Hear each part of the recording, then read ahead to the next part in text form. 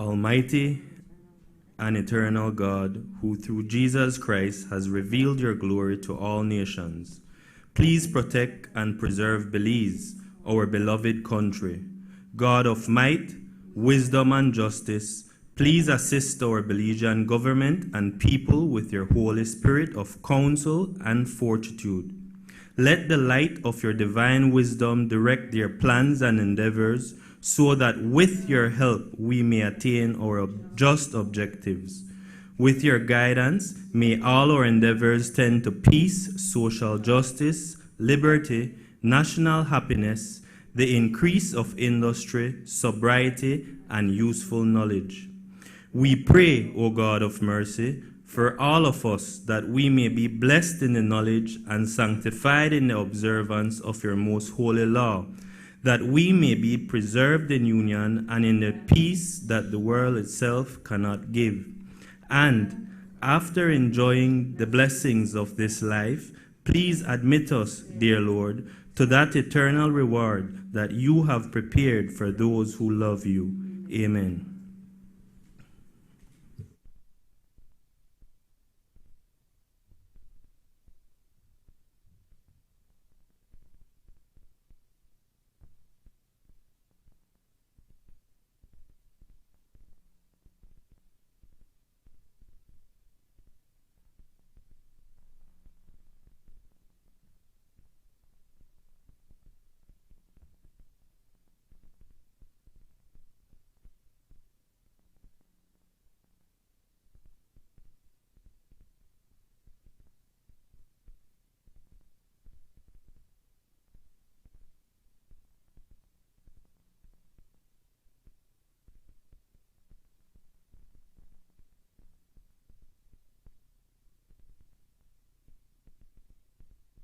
Good morning.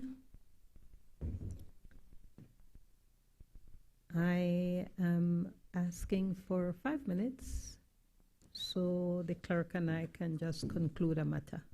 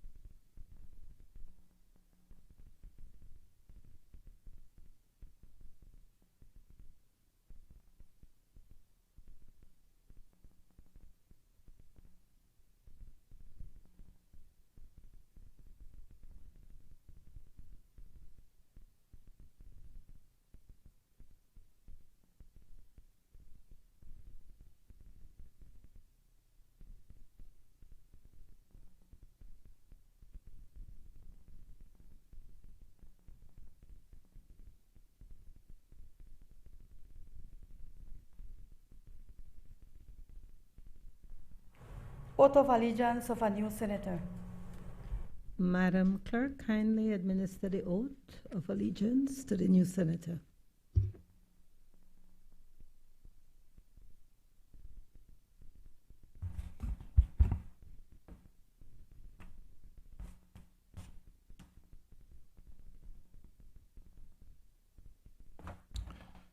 I, Colette Montejo, do swear that I will bear true faith and allegiance to Belize and will uphold the Constitution and the law, and I will conscientiously, impartially, and to the best of my ability discharge my duties as senator and do right to all manner of people without fear or favor, affection, or ill will.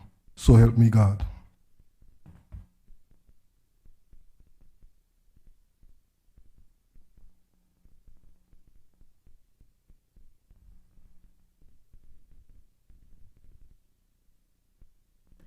Congratulations to you, Senator Colette Montejo, and welcome back to the sitting of the Senate, and welcome specifically to today's sitting. Announcement by the President. Good morning again. Today I note the following. One, as a reminder, the application window for the Young Women in Leadership Program closes this Friday, December 19th at 11:59 p.m.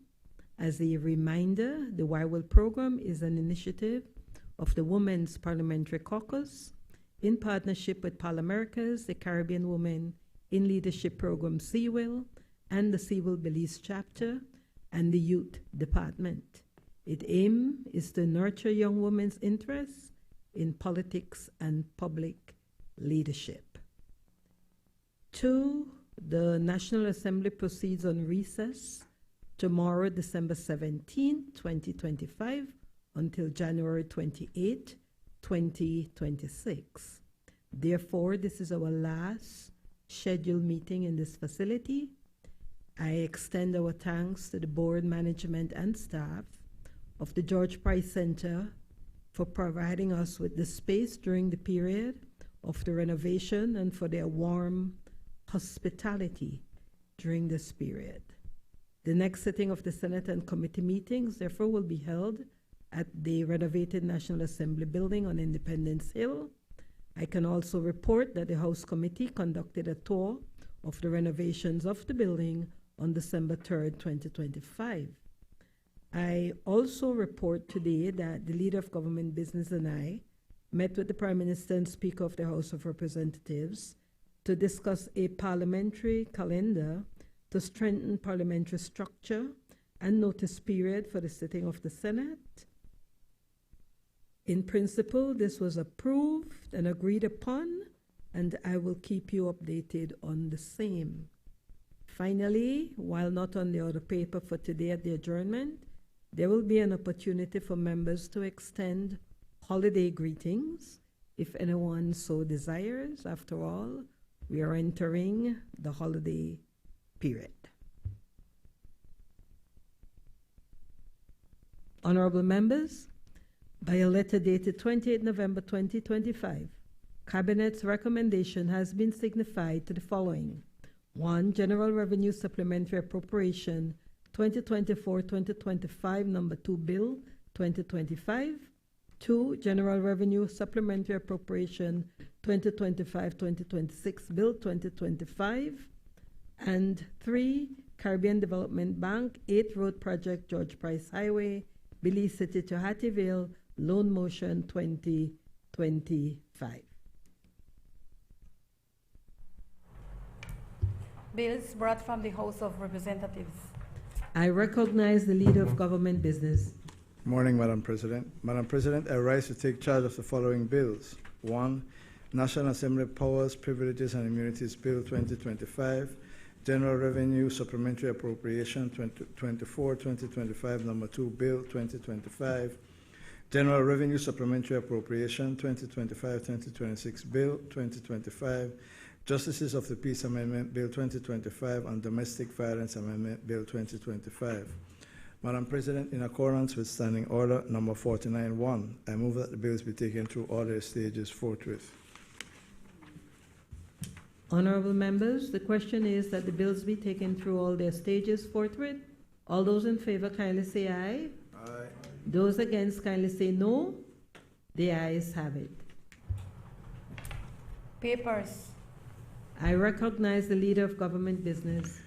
Madam President, I rise to lay on the table sessional papers number 10/1/15, Belize Government Lotteries Limited Financial Statements for the year ended March 31st, 2025, 11/1/15, Social Security Board Actuarial Performance Analysis of the Social Security Scheme at December 31st, 2023, number 12/1/15, Social Security Board Financial Statements for the year ended December 31st, 2023, and Independent Auditor's Report Number 13/1/15, General Sales Tax Amendment Number 2, Regulations 2025.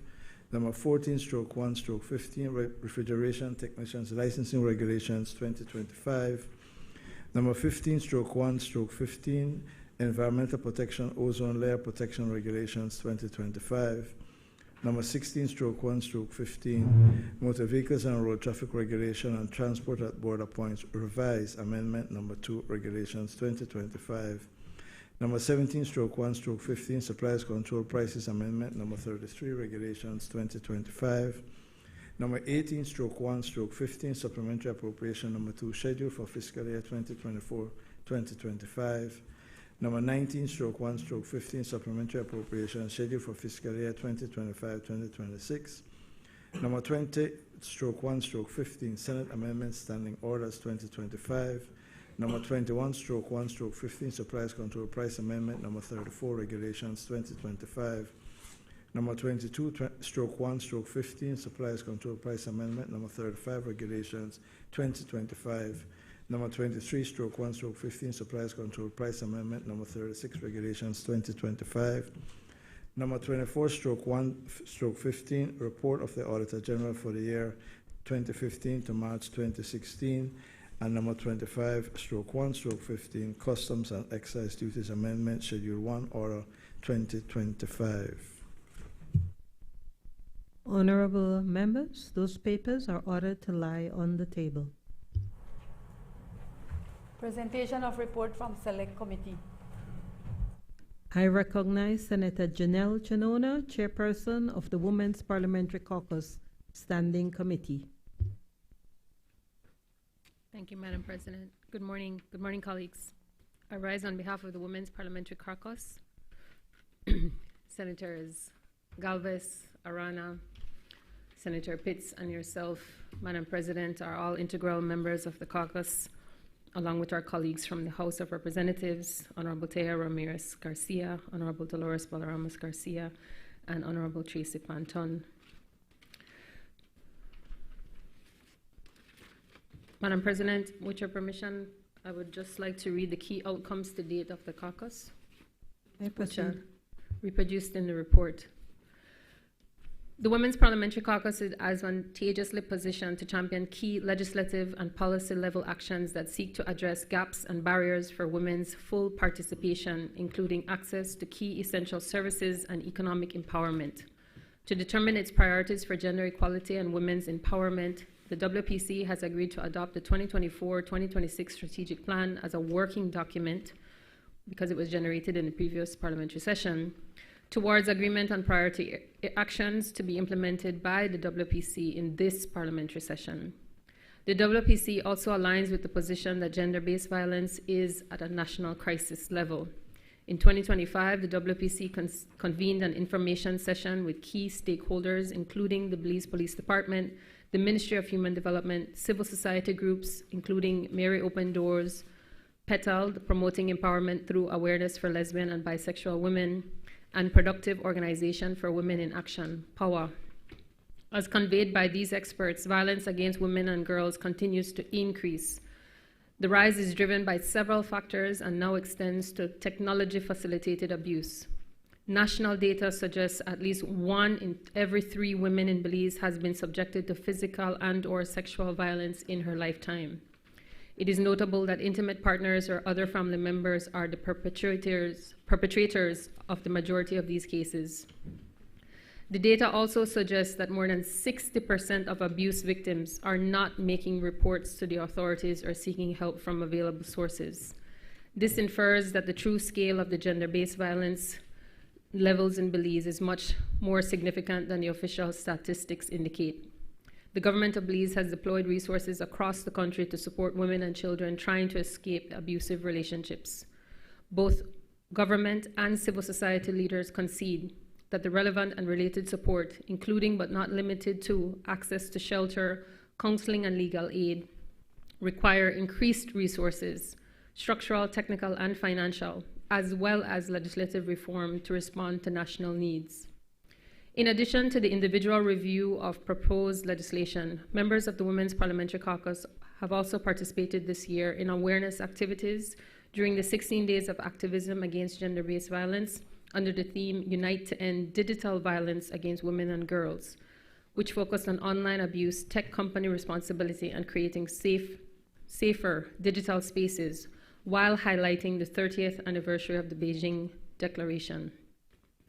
To inspire young women to consider elected politics as an avenue for leadership and civil engagement, in November 2025, the Women's Parliamentary Caucus, with support from Parlaméricas and in partnership with the Caribbean Institute for Women in Leadership, CWIL, the CWIL Belize chapter, the Department of Youth, also teamed up to launch the Young Women in Leadership Initiative, YWIL. 60 young Belizean women ages 18 to 30 will benefit from a diverse training program. The activity will conclude with a mock one-day parliamentary session in which women will participate as members of parliament and allow for amplifying their voices on issues they determine. Belize is the 6th country to host the YWIL initiative. The Women's Parliamentary Caucus has also determined that it will create its own repository to preserve its documents, generated reports from national and international fora for posterity and reference, and to ensure shared knowledge. The Women's Parliamentary Caucus also presented members who served in the Women's Parliamentary Caucus between 2023 and 2025, the Parliamentary Session 13 of the House of Representatives and Parliamentary Session 14 of the Senate, commemorative plaques in recognition of dedicated commitment towards achieving equity and equality for women and girls. Madam President, this is the report of the Women's Parliamentary Caucus. I invite members to continue. Well, we indicate that we have appreciated the support shown to date, particularly from our presiding officers, but also from our parliamentary colleagues. We take note of the support from our male parliamentarians as we move forward to advance equity and equality for women and girls. Thank you, Madam President. Honorable members, that report is ordered to lie on the table. Motions relating to the business or sittings of the Senate. I recognize the leader of government business. Madam President, I move that at its rising today, the Senate adjourn to a date to be fixed by the President. Honorable members, the question is that at its rising today, the Senate adjourns to a date to be fixed by the President. All those in favor kindly say aye. Those against kindly say no. The ayes have it. Public business, government business, motions. I recognize the leader of government business. Madam President, I move that whereas Section 3.1 of the Loans Caribbean Development Bank Act, Chapter 74 of the Substantive Laws of Belize, Revised Edition 2003, provides that subject to such conditions as may be agreed between the Government of Belize and the Caribbean Development Bank, the government may borrow from the bank from time to time such sums as may be required by the government. And whereas Section 3.2 of the said Act further provides that no agreement in respect of sums borrowed under the powers conferred by Section 3.1 shall be executed unless the terms and conditions thereof have been first approved by resolution of the House of Representatives to that effect. And whereas the bank has offered to lend to the government of Belize the equivalent of US $34,542,000 from the bank's ordinary capital resources and its special fund resources. And whereas the purpose of the loan is to provide financing for the rehabilitation and improvement of approximately 24 kilometers of the George Price Highway from Belize City to Hattieville, and whereas the project will, among other things, improve the geometry of the road to international standards, improve drainage, increase the road elevation at selected locations to enhance its resilience to climate hazards, and improve safety for all road users. The project will also finance the replacement of the Burden Canal Bridge. And whereas the loan is being offered on the following terms and conditions: US $25,982,000 to be repaid in 68 equal or approximately equal and consecutive quarterly installments commencing 5 years after the date of the loan agreement. Interest at the rate of 4.9% per annum to be paid quarterly on the outstanding OCR portion of the loan, and a commitment fee of 1% to be paid quarterly on the unwithdrawn portion of the loan from time to time to accrue from the 60th day after the date of the loan agreement. Euros to be repaid in 68 equal or approximately equal and consecutive quarterly installments commencing 5 years after the date of the loan agreement. Interest at the rate of 1.4% per annum to be paid quarterly on the outstanding SFR portion of the loan. The loan shall be fully disbursed by December 31st, 2027, or such later date as the bank may specify in writing. Now, therefore, be it resolved that this Honorable House, being satisfied that the loan proceeds would significantly assist the government of Belize in its endeavor to rehabilitate the George Price Highway to improve the efficiency, safety, accessibility, and resilience of Belize's most heavily trafficked road network, approves and confirms that the government may enter into a loan agreement with the Caribbean Development Bank on the terms and conditions set out above, and further authorizes the Minister of Finance to execute and deliver the said agreement and all other documents associated therewith. Madam President, this loan motion is to authorize the Minister of Finance to enter into an agreement with the Caribbean Development Bank to finance the improvement of the George Price Highway from Belize City to Hattieville. The government, as in the debate, as was disclosed in the debate in the House, acknowledges that the price tag for this piece of work is significant. It is high. The rationale and explanation for that, as we understand it, is that the particular terrain between Belize City and Hattieville is challenging. I believe people who drove to the Senate this morning would have recognized the challenges, or at least some of the challenges, that confront Belizean drivers and users generally of the George Price Highway. Madam President, the expenditure will lead to the replacement of 2 bridges, Burden Canal and the Hector Creek Bridge at Hattieville. Associated with that replacement of those bridges, substantial diversion will have to be built in order to allow traffic to pass while those bridges are being replaced. In addition to that, Madam President, there is a need for repaving, resurfacing, and widening of the George Price Highway. The experience of all of us as users of that highway recognize today that the current pavement has outlived its life. It is in a deplorable condition. The width of the road is too narrow. The absence of proper shoulders is a danger to users of the road. And of course, Madam President, the simple geography of the terrain. There are parts of that road whenever we have substantial rainfall which flood every year and have a safety and other challenges created as a result of the flooding. Particularly around Mile 5, around Old Belize, the subsurface is unstable. The same applies as you get closer to Hattieville. That will require significant engineering and significant reconstruction in order to try to stabilize the road and to make it safer. Madam President, in short, the paving of the George Price Highway, not only this segment, but the entire segment is overdue from Belmopan to Belize City, and this is the first segment as a part of a 3-segment build up to doing the entire George Price Highway from Belize City to Belmopan, and I commend the motion to the Senate. I recognize Senator Patrick Farber.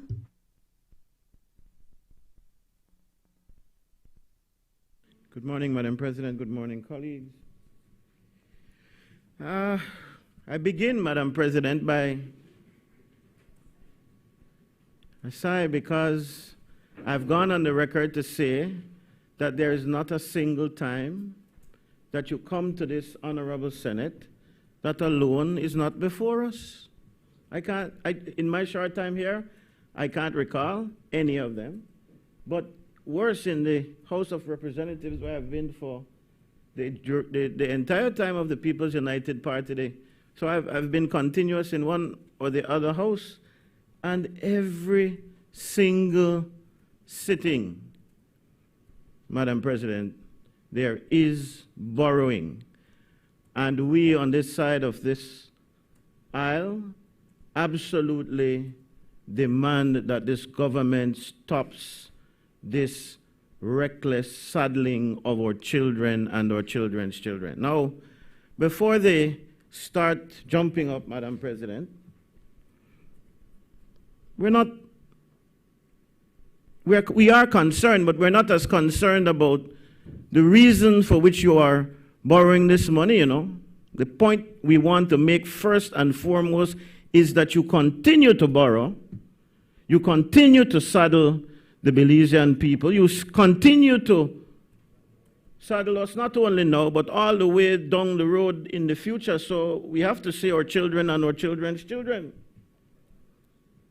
And then, Madam Speaker, Madam Chair, Madam President, the other point is that we are absolutely void of the details. Now, I respect what the Leader of Government Business has said. In fact, after listening to the Minister with responsibility for infrastructure in the House debate on this matter, we got a little more clarification as to what the scope of works for this project is. But when I saw, Madam President, that we got a flash drive, I think there were a great lot of details. It's just the loan agreement. We still don't know the details. We have to rely on what colleagues are saying. And in fact, I think we in the Senate are lucky compared to what the House members got. If I heard my party leader and the leader of the opposition correctly, they didn't give them any details. So, of course, the colleagues in the House of Representatives had to get up and say that this is how, and I've said this over and over and over in Parliament, Madam Speaker, in both houses. If you don't give the information, then you subject yourself to the scrutiny of the people, and we are the voices of the people in here. So we are listening to the Leader of Government Business saying, well, it is an expensive piece of work because it entails so much. But what are those details exactly? In fact, my colleague was pointing out that the Leader of Government Business said that it was 2 bridges when the loan motion says 1. Now, we know the geography, and so yes, the Hector Creek Bridge is in the range of this. But give us the details. I'm told as well that it's an area that is low-lying. I listened as the Minister with responsibility spoke about water running down from the Burden Canal all the way to Belize City and creating the flood, and so they are going to put huge culverts now to divert the water, but they don't tell us that. Nowhere in the details that has been provided for us do we know that. And Madam President, I am telling you, you cannot take their word for it. Because they will say one thing now when they're trying to pass things in this Senate, as they've said in the House, and then we don't see those things happening. But let's look at the piece of road that they're talking about for a minute. If you go right now to Belize City, the start of the George Price Highway that passes through the Lord's Ridge Cemetery, moving up the highway from there.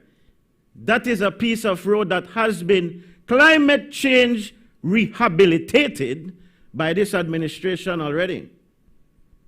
In the 5 years, they have fixed that road, they have borrowed monies, and they have come to say climate change resilient fixing would happen there.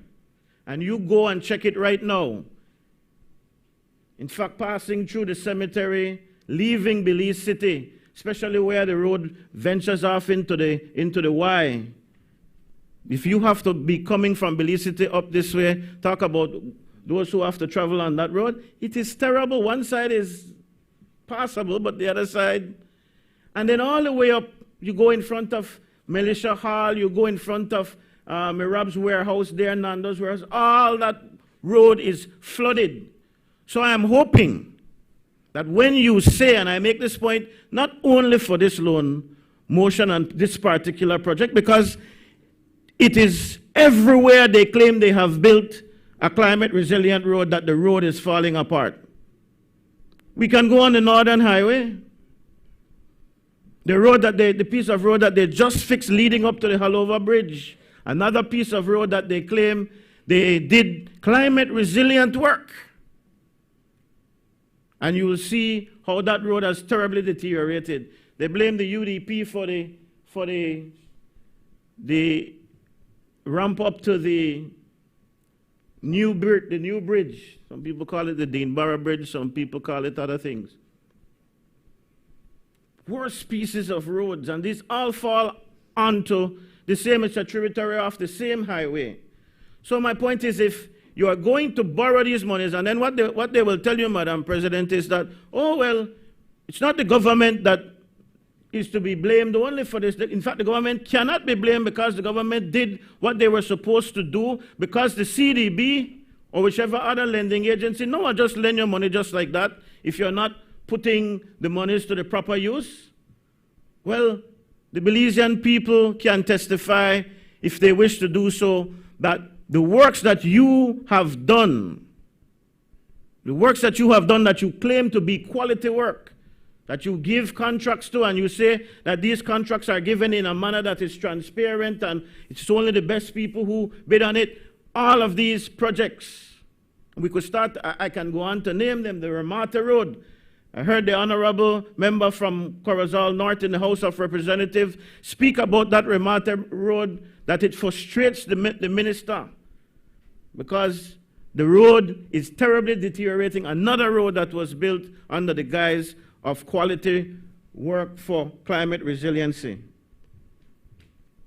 Check the coastal road. Now I see they've gotten a new loan altogether now, because I don't understand. The minister then came to say that the project which they inherited from the UDP administration was heavy, and so they had to cut it, and he made savings. That's what he said. All to find out, Madam President, that that road is very desirable of a lot of work, now that they have to go and make another loan to go and fix the brand new road that is the coastal road.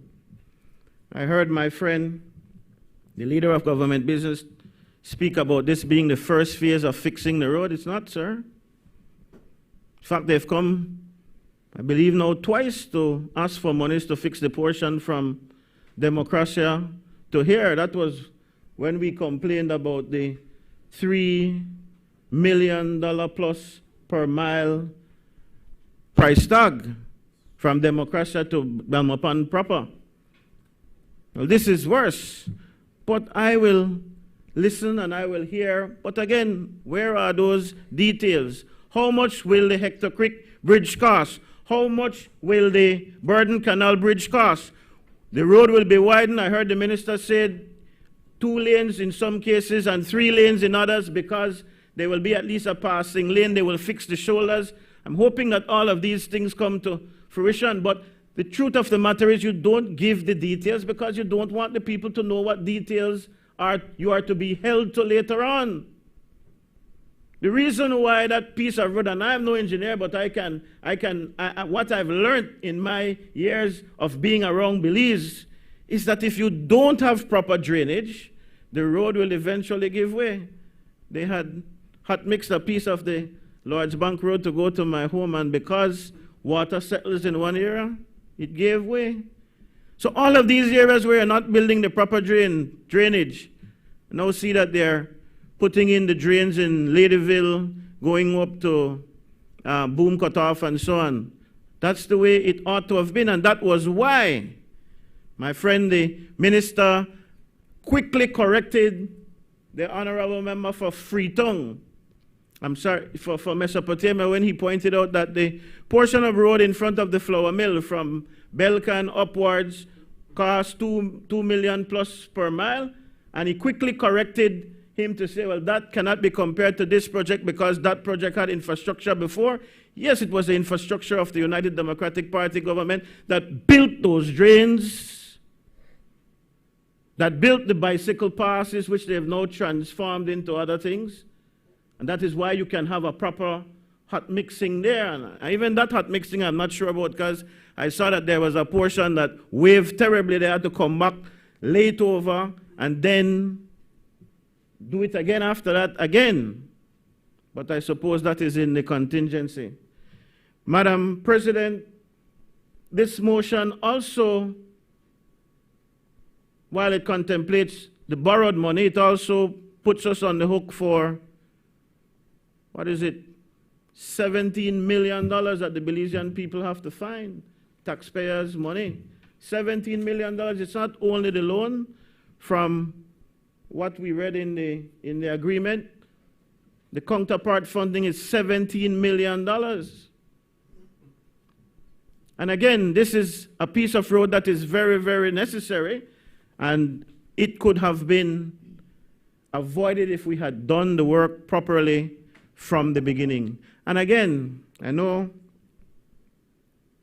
that they will go back and they will say all sorts of things. You have the power now. You are in control. You promised all of these things. You criticized when the UDP tried to do road projects. You remember when you all said, can't eat street? Now that seems to be the biggest thing that you borrow for. That was your campaign. That was your mantra against the last administration. I listened as the minister boasted about the projects at Caracol, the Remata Road, the road to Sarteneja, and all of these roads. When it was raised in here, they complained. You know, I see that a continuous point that they make is about the Farvers Road project. Some ancestor, I'm sure.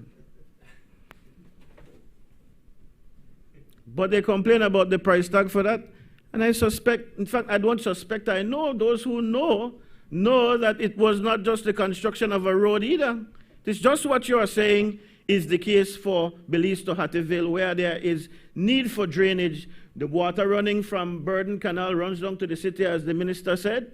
And so they have to build tremendous culverts to divert the water to the sea. We understand but this is why you should not play games when it comes to these things, you know. Because it was the same situation in Farvers Road. There's a canal that runs across that, and they had to build these humongous drains because the canal, in fact, it's the entire sewer system that runs across Farvers Road to the cesspool behind Jane Osha. But you don't tell people that. You come and you make politics out of things. And then you expect the opposition, now that we're opposition, to do the same. But we are bigger than that.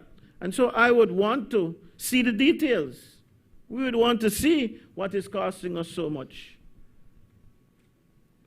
And I'm hoping, again, Madam President, that the job is being done right.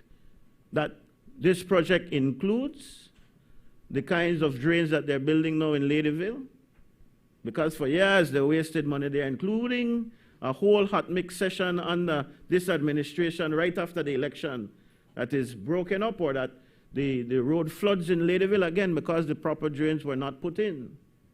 I'm very happy to see that being done, and I'm hoping that that is the kind of thing that will be done all the way from the Large Ridge Cemetery. The drains need to be cemented on both sides of the road. The road needs to be widened. I have to guess what will happen, because I don't have the details. I'm hoping that that is the kind of work that will happen. Otherwise, Madam President, if they are shortchanging the system again, if this is just something to give one of their cronies something, and the job will not be done properly, then we are going to be back here once again, because this is not the first time that we've heard these stories about Belize City to Belmopan. The member from the House from Stancrick West praised the Minister of Infrastructure for the construction of the road south of Dangriga, going to Independence. Well, I would want you to go and see that road. Senator Arana, you travel the road regularly. I don't know what is there to boast about. That's a hot mix. And it's breaking up several spots. They patched them, they cut out huge areas, and they resurfaced it with the hot mix, and it's breaking up again. So I make the point, I say that, Madam President, to point out that not because of hot mix either, because the member from Mesopotamia questioned the minister in the House of Representatives to say, what kind of material are you going to put down here? And he was quick to say, oh, it's hot mix. Well, if you don't put down hot mix correct, you're going wrong. And if you want testament to that, check what happened right there between Hopkins and Silkgrass, between Dangriga's cutoff and Silkgrass, and maybe a little further more. You will see that it is not the kind of quality at all that we would want. I had the occasion last week, Madam, to go to the Mascal area, where they are doing some hot mixing too, or further construction of the Mascal Road beyond Altunha. And again, then they put down the hot mix in a rain. The foundation that they put down was completely flooded. But then they put it down, it's going to be a waste. I saw as well that included, and I don't want to preempt the discussion on the appropriation supplementary, Madam President, but they have in there the road leading to Bella Vista. That is a poor quality road. Residents of Ladyville are happy that it is paved because it was a problem. In fact, you know, they found a few bodies behind there. It's so dark and the road is so dangerous for residents getting into Bella Vista. But that is not a quality road. That is not going to last long. I don't know whose contract that was. But again, this is the practice of the People's United Party in government, Madam President. And I don't know, if you listen to the minister, he does this kind of shabby work in order to stretch the money because he claims he got savings and he can do much more. And I will give the minister credit for the fact that he seems to work in some areas that do need the work. I want to send him a little signal at Lord's Bank in the back of the Hollywood area there. Where I put my belly, he in a bad shape, his street terrible. Right around the lane from mine, you have to look into that, Senator Courtney. But that entire area is horrible in the back. To where I live, it's not bad, but further back. So I make a plea, especially on behalf of the residents of Lord's Bank, Hollywood, but also further back to where the parks and live and so it's terrible. But I was talking about that particular piece of road going back to Bella Vista. Whoever did that, that is very shabby, and that will break and fall apart, just like some of or many of the other projects that this administration has built.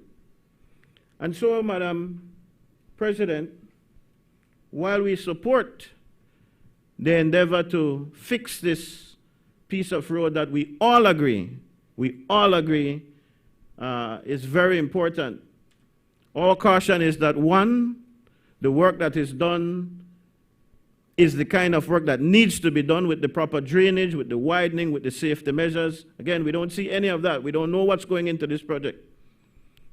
And we also hope that we get value for money, so there needs to be some kind of continuous evaluation of these projects. We do have visual evaluation because, as I've said, we've looked at these things and we've seen where they fall apart right before our eyes, so we know that quality work is not being done. So don't tell us about the IFIs that you borrow the money from and how strict they are about getting quality assurance in, because that's a lie. That's a lie. And maybe this is we need to make a plea to these institutions to ensure that value for money exists to a greater extent than it is being done now, because if they claim that they police these projects to the extent that they don't have there is no wastage and no quality slips, then it's a failure. And so we can't support this based on the fact that it is more borrowing. We've gone on the record now to say we call on this administration to stop the borrowing period. Not stop the development, because if the economy is booming in the manner in which you claim it's booming. You know, that's the thing, Madam President. I don't see anywhere where we are using the taxpayers' dollars. Why do we have to borrow so much? Why can't we use the taxpayers' dollars to do some of these projects? We see the 17 or $18 million that is required for this project, but absolutely nothing. I'd prefer them to put a little toll on the road for drivers who pass through some of these areas, especially the areas that have an alternate route, and have these monies pay for our infrastructure. But to borrow,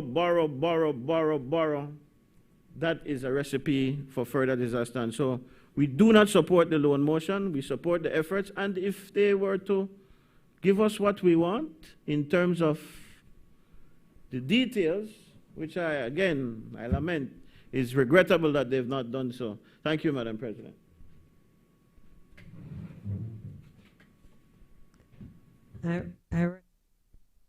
I recognize Senator Roselle Arana.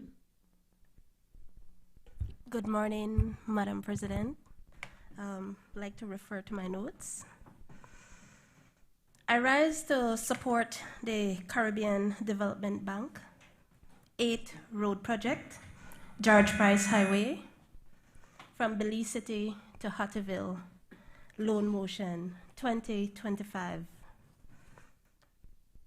The George Price Highway from Belize City to Hattieville is relatively short, but it is an important stretch of Belize's main westward highway of approximately 15 miles. The highway is mostly flat, straight, reflecting low-lying coastal plains. Overall, the George Price Highway between Belize City and Hattieville is a vital transportation corridor, supporting economic activity, connecting people to services, and serving as the main gateway from the coast to the west and either the south of Belize as a country.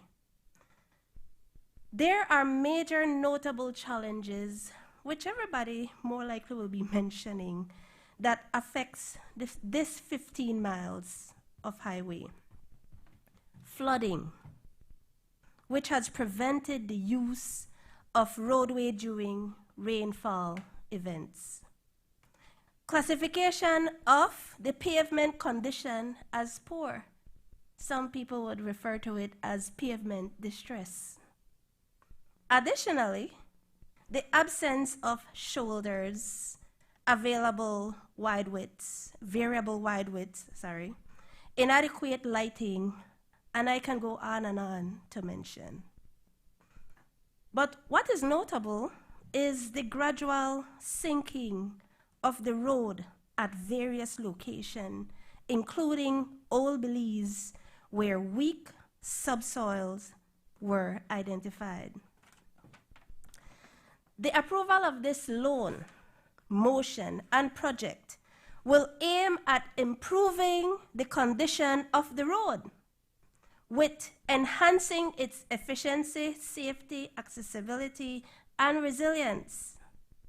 And if we look at the broad scope of this work, upgrading the George Price Highway 15.5 miles, focusing on drainage, introduction to lined drains and even sidewalks, which is not there at the moment, raising the road in flooded areas, foundation improvements to areas ongoing settlement near Old Belize, the reconstruction of the Burton Canal Bridge and the Hector Creek Bridge, and also, I'm pretty sure, the roundabout at Hattieville. Madam President, supporting the rehabilitation of the George Price Highway from Belize City to Hattieville is important for many reasons.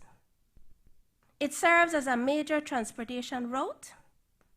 It will facilitate easier access to markets and services and employment opportunities. It can enhance trade and tourism, which is vital sectors for Belize's economy, if there is better infrastructure. It can improve road safety, or I should say, it will improve road safety by reducing accidents caused by poor road conditions. And enhancements such as better signage, lighting, and lane markings contribute to safer travel, which we all want to see. It can incorporate better drainage systems and the preservation of natural habitats and help mitigate the impact on local ecosystems. Improved roads can lead to quicker emergency responses and better access to healthcare facilities, contributing to the overall public health. And the highway can be more resilient to natural disasters, ensuring that transportation routes remain open during adverse conditions. For these reasons, Madam President, I strongly support this motion. Thank you.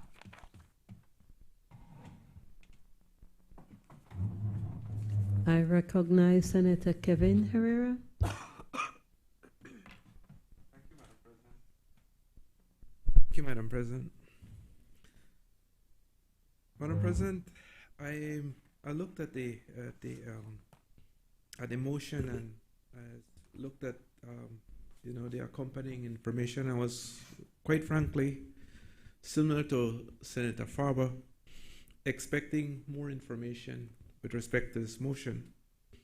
If you look at the loan motion, we're talking about 69 million Belize dollars.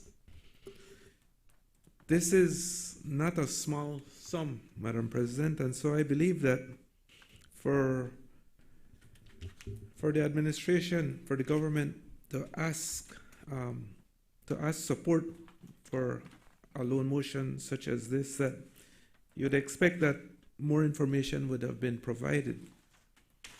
That information was not provided. For example, Madam President, we talk about improved drainage. What does that mean? Does it mean drains on either side of the highway? Does it mean concrete drains? What does it mean? And so you look at the increased price tag per mile,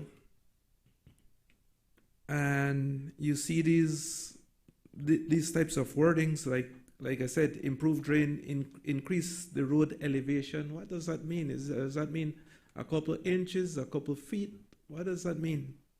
And do these improvements justify the cost? If you look at, and let me get at the cost per mile.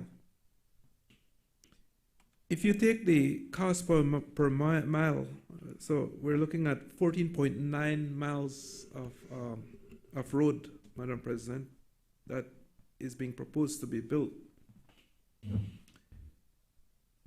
At 69 million Belize dollars, that works out to about 4.6 million Belize dollars per mile, which is, in my view, and from what I've seen come to the Senate before, this is the highest per mile of road construction I've seen to date.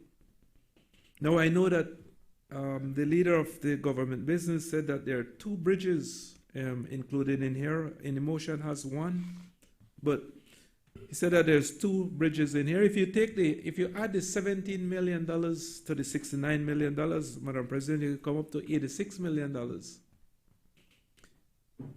At $86 million, then the cost per mile of this highway goes up further to $5.7 million per mile. I believe the highest I've seen come to the Senate before was $2 or $3 million per mile, and so this seems pretty significant in terms of the increased cost per mile of this highway.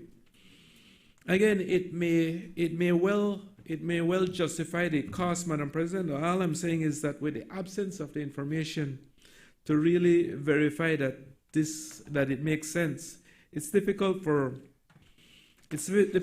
us in the Senate to say, you know what, this looks reasonable, because we don't have the information to back that up. And so, whenever we are looking at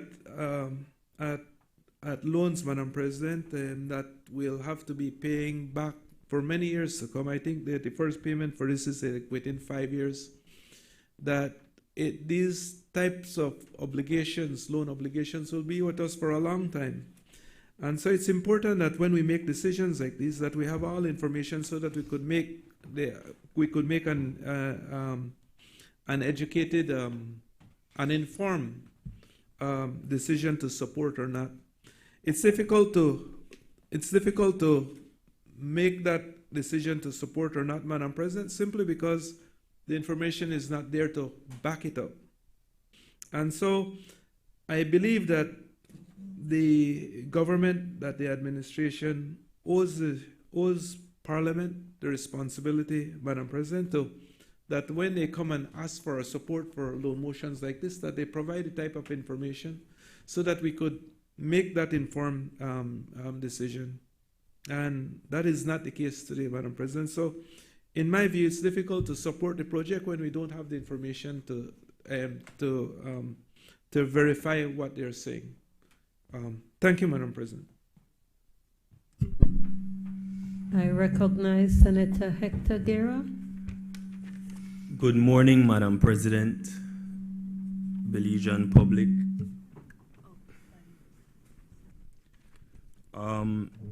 Madam President, I rise today in support of this bill, of this loan motion, sorry. And I've listened to the debate so far, and there are two concerns that have arisen and which I wish to address. I heard Senator Farber raise concerns, well, let me put it differently, say that he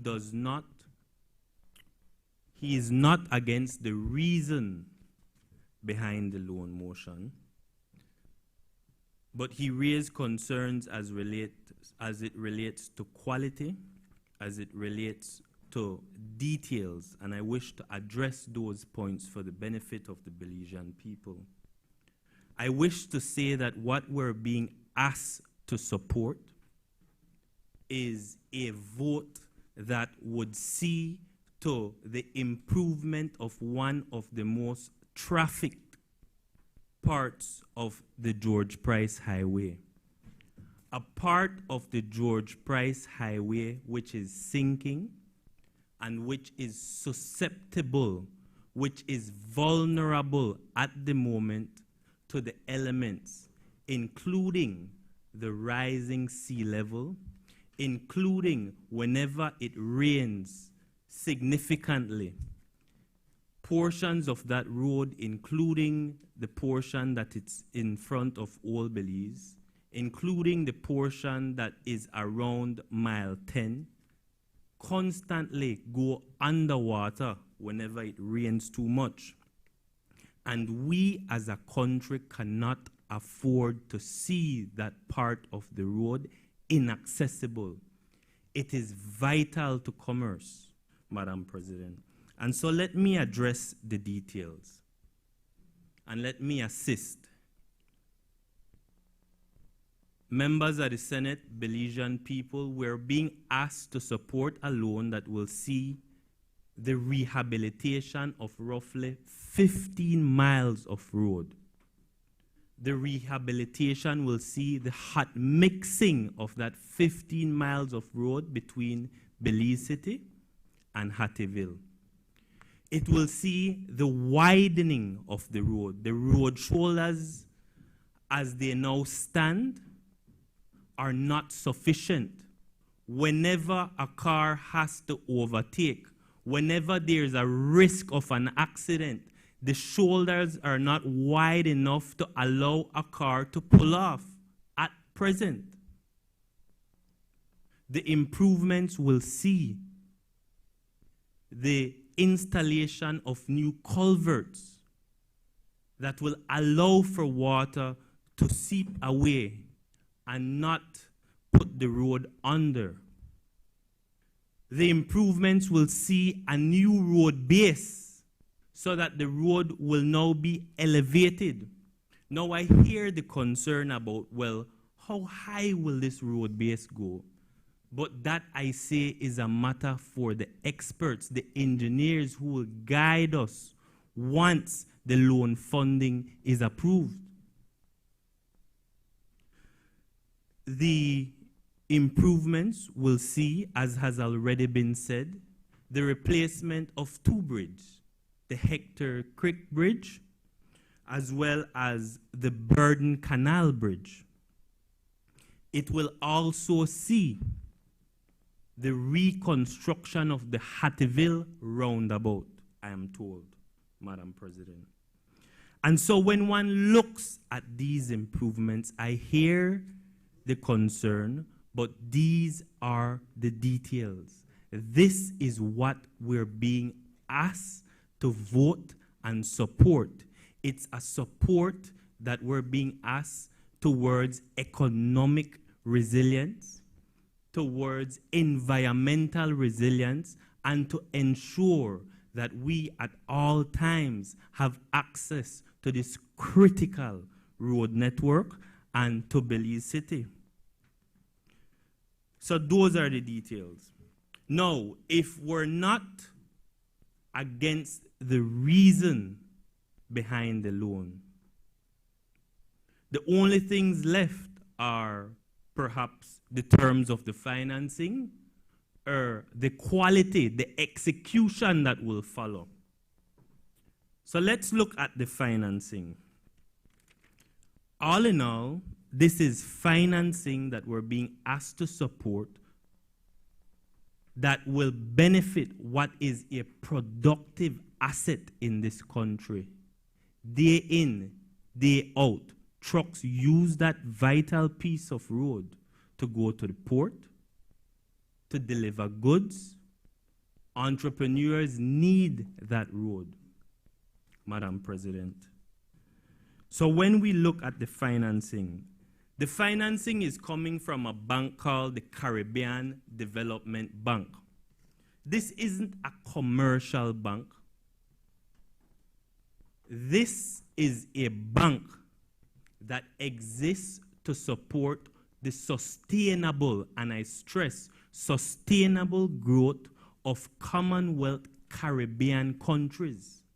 It was formed in the 1960s, and the reason is to assist with the alleviation of poverty. It includes also, I believe, the United Kingdom and Canada, if I'm not mistaken. The terms of this loan, it comes with blended interest. So a portion of the loan is for 8 million, which will attract a 1.4% interest rate. The other portion of the loan, which is roughly 24 million, will attract a 4.9% interest rate. Well, and I stress, well below commercial rates. In addition to that, we're being granted a 5-year grace period. This is important because if we don't improve that road, it will mean that at any point in the near future, we cannot have access to Belize City for whatever reason. And if some major disaster were to catch us, we cannot be caught off guard.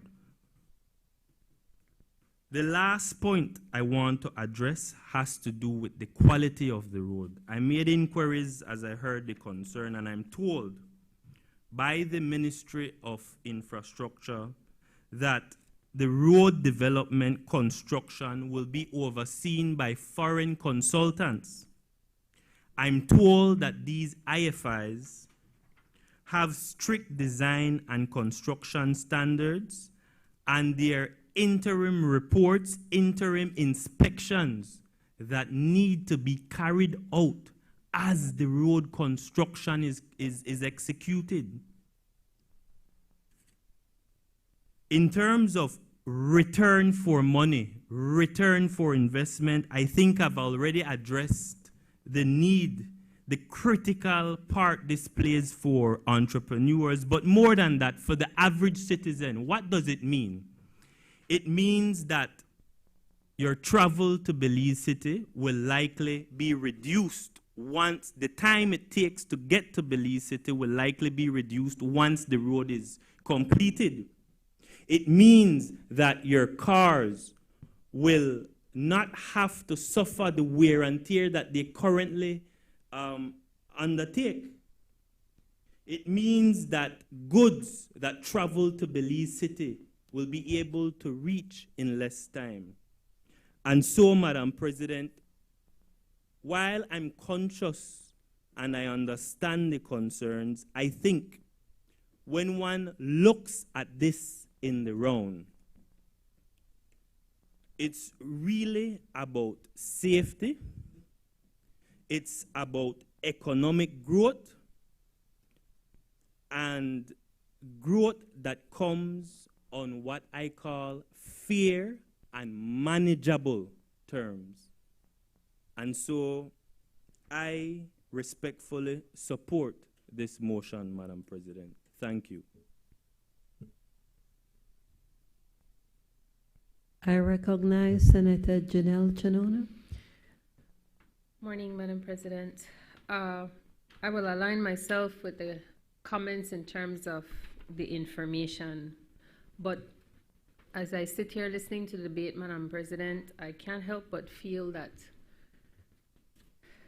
perhaps what we're confronted with is a shift in terms of our contributions. These motions come to us for our insight, and perhaps the previous precedent has been that it's condemned for political or partisan reasons, and it's rejected for unfortunately, what stands as also precedent, that there's a lot of wastage, there's a lot of leakage, there's corruption, there is this pattern that as taxpayers we certainly see. I mean, nothing pains me more, Madam President, than knowing that we have been put through diversions and months of work, and 2 days after the project is finished, some utility company is in there destroying it because a pipe never gone when it's supposed to gone, or something didn't happen how it was supposed to happen.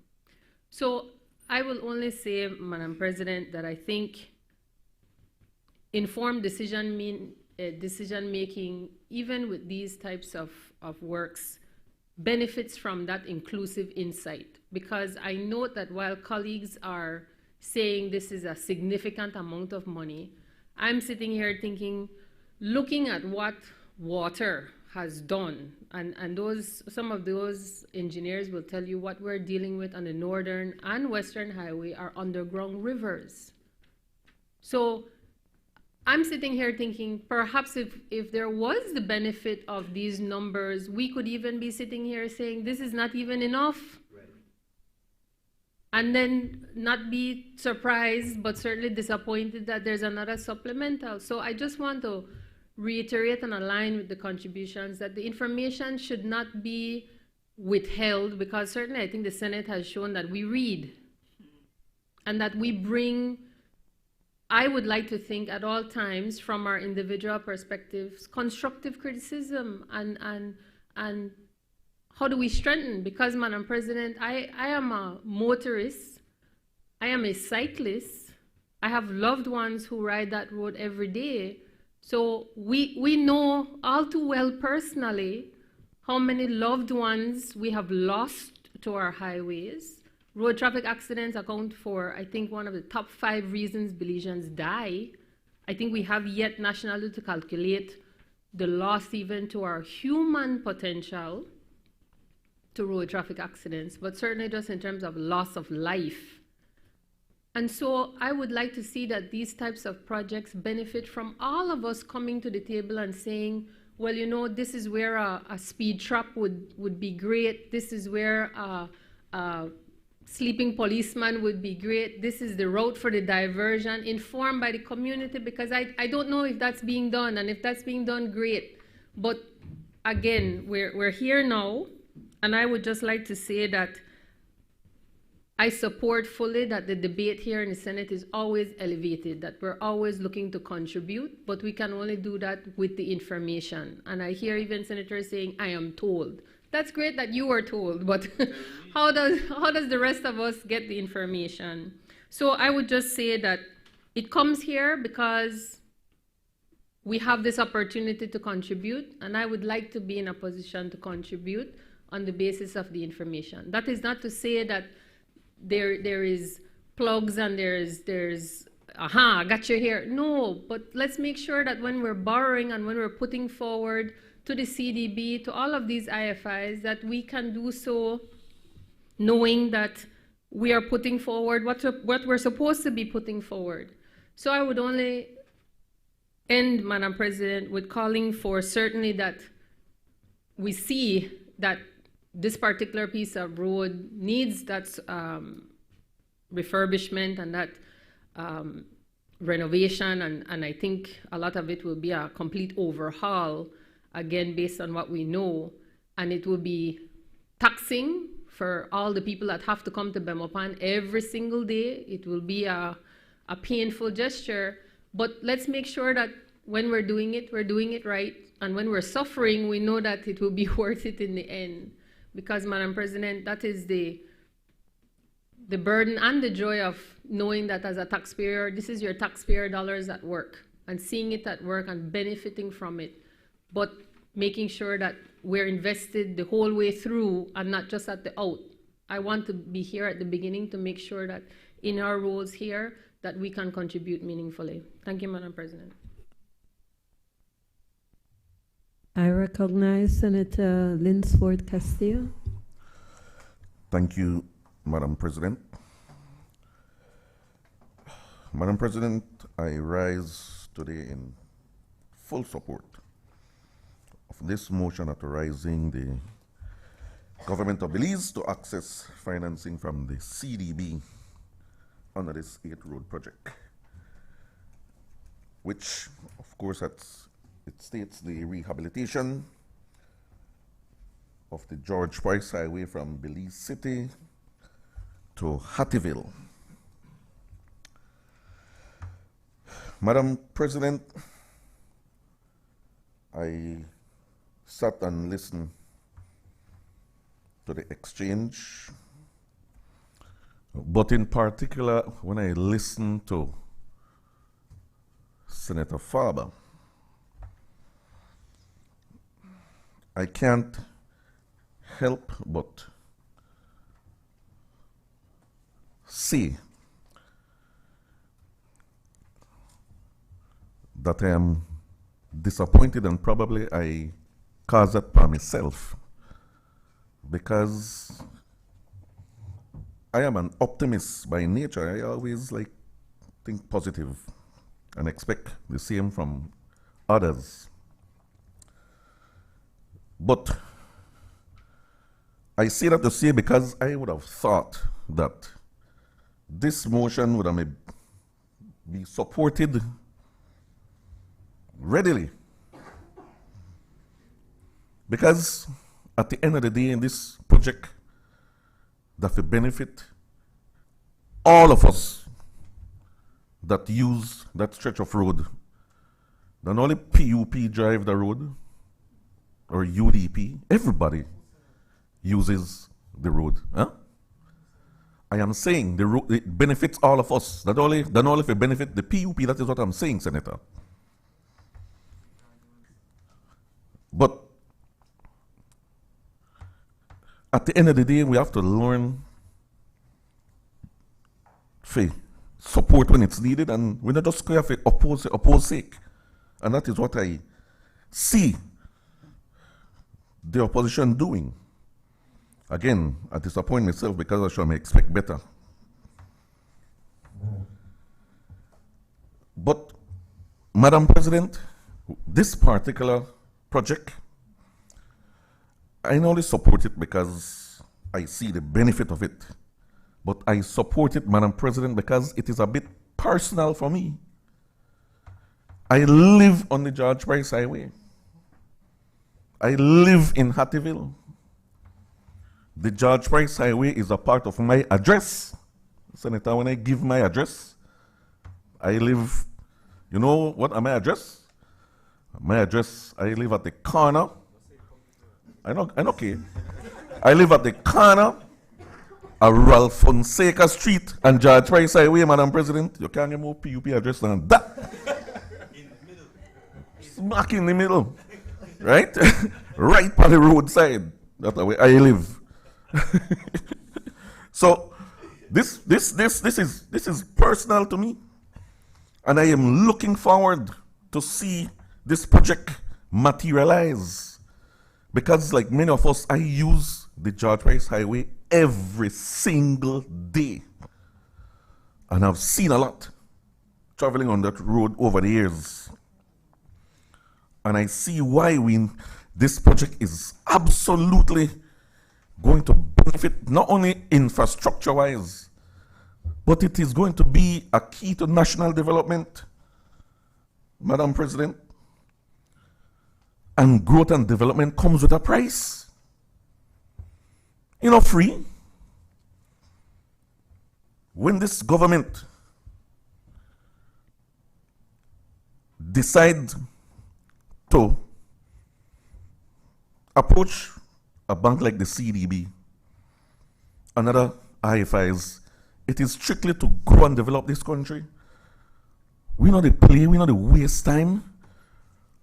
We still reel for 13 years of neglect under the UDP government. And Madam President, I honestly, I want to say this, right? I listened to Senator Faber speaking earlier. And when he talk, all I could say, when I look by here and I could remember, I just say tacos, pibil, and rum. That's all I say when I listen to him just now. Senator Linsford Castillo, can you stay close to the motion at hand? I am making a point, Madam President. I say that, Madam President, because when I think about the Petro-Carib funds, which could have been used for rehabilitate the same highway, the same George Price Highway, millions upon millions upon millions of dollars were there, available, practically right in our coffers. They talk about why we have to borrow and borrow and borrow. I say things like the misuse of the Petro-Carib funds. Hustle? Please don't use that word.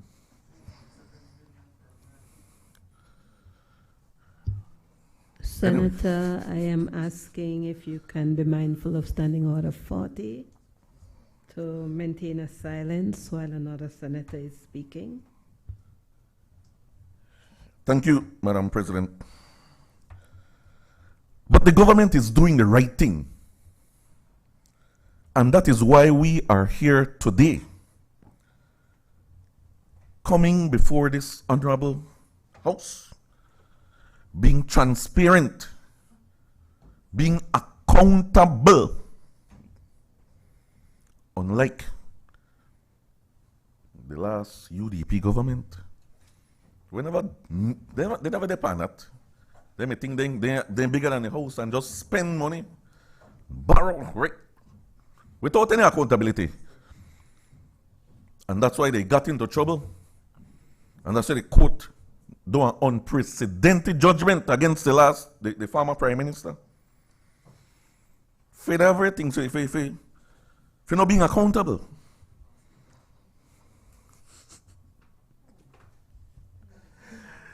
So, This government has its priorities right, Madam President.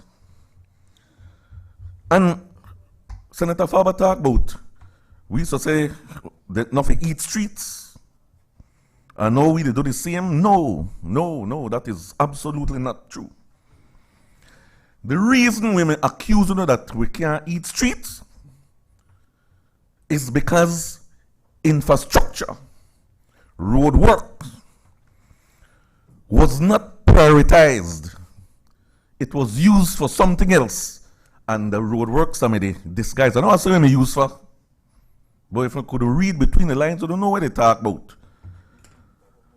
And so, when we used to hear about any projects in the past, oh, then they do this, and they do that, and they do this, we knew what was behind it. But this government, we got three priorities right.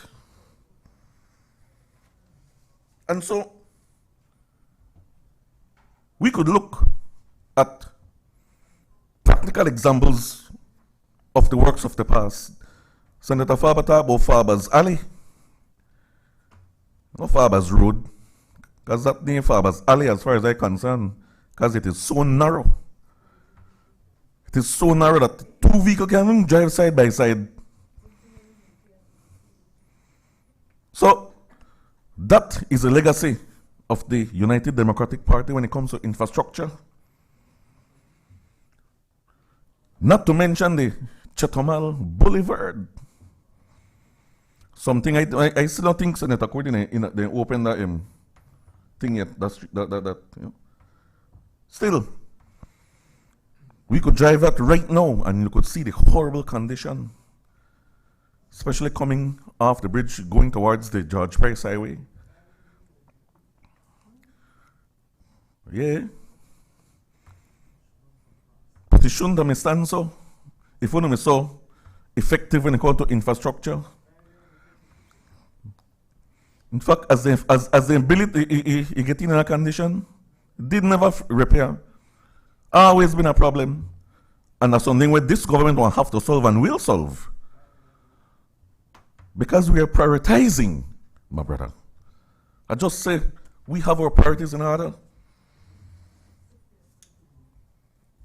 But no make we oppose sake, senators. Let us look at the worth. Let us look at the benefits that this project will deliver.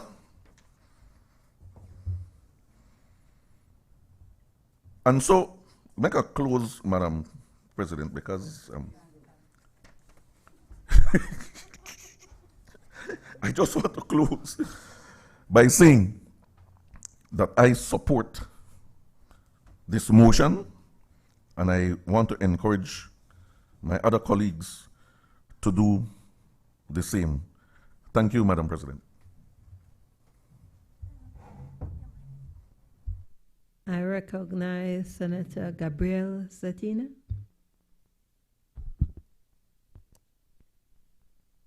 Good morning, Senators, Madam President. May I refer to my notes? Thank you. It almost, when I was hearing Senator Castillo, it almost felt as if he was talking about his own government with all the negative stuff he was putting. But yet he claims to be a positive man looking at things positively. And I think he has selective hearing. Your Prime Minister, favorite word, you know. But Madam President, I rise to speak on this loan motion, not because we're against development. I think if you hear the PUP rhetoric, they would want you to think that we are against development. But in fact, it is under the UDP that major development and improvements around this country started. And it was them who used to criticize the UDP, saying that people can't eat road. So, when I say that you guys have selecting hearing, it's because when we talk about these things, we're scrutinizing to learn how much we borrow, how much we're paying back in terms of interest, and if the Belizean people are getting value for their money's worth. It's not only senators on this aisle. Senators on the other aisle is asking the same thing. Because the detail in black and white is important. I appreciate that you guys probably got insight maybe via WhatsApp message, but we don't have that privilege.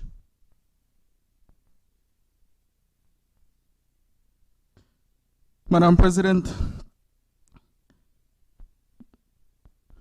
and I will disregard this because I had prepared this prior to Senator Guerra speaking, because we didn't really get all the details, right? But I will give him the benefit of the doubt.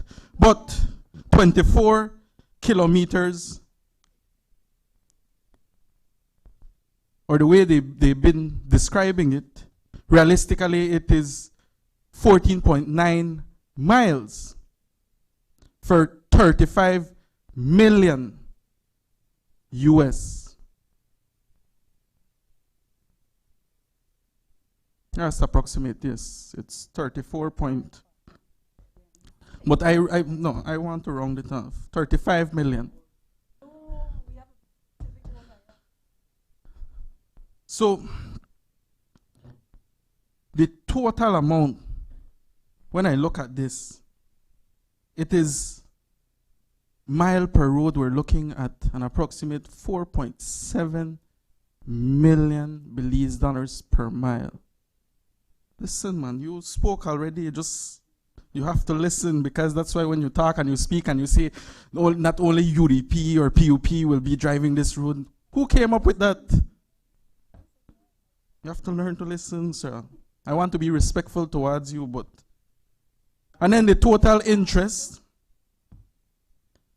You know what the total interest is? Or you just support it because it is being brought by your government?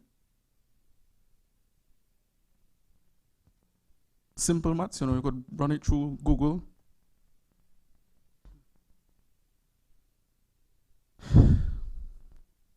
The longer we take to pay back a loan, the more interest it applies.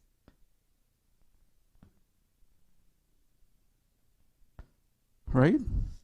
So, while you might say 1%, but then when you stretch it in 60 odd years, right.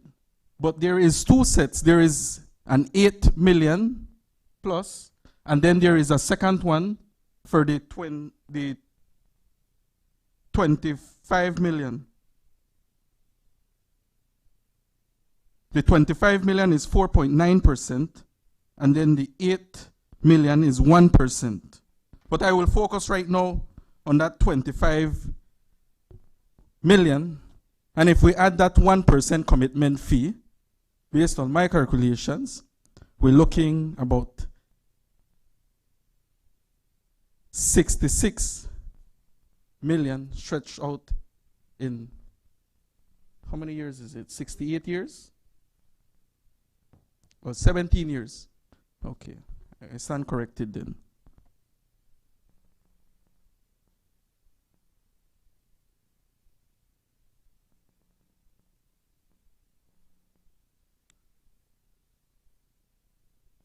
Okay.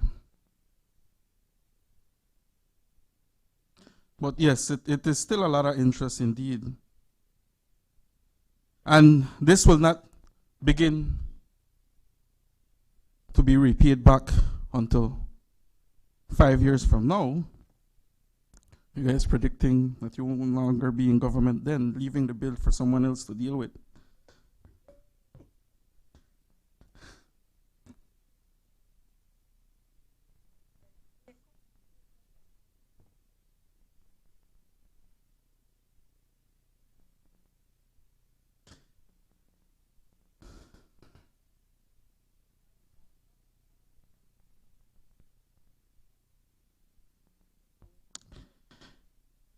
New roads, when you guys described roads and then bring it into the Senate and say it is climate resistance.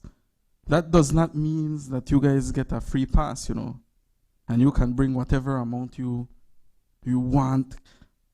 Time and time again, I'm seeing a pattern.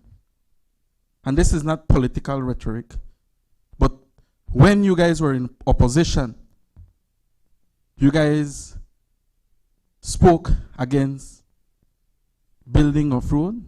You guys spoke against the borrowing. Madam President, there is no difference today. Every Senate meeting, and I've said this before and I'll say it again, there seems to be a loan motion on the table. Where's the taxpayers' dollars going into then?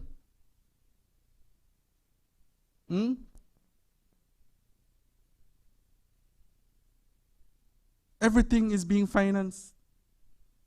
So it seems. And then earlier this year, you guys beat your chest talking about Belize debt to GDP.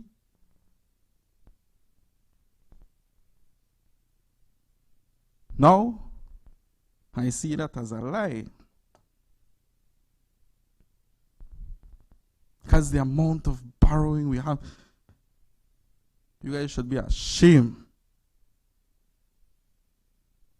You tell this country that everything is under control, but yet in every Senate meeting, we're having to deal with another loan motion.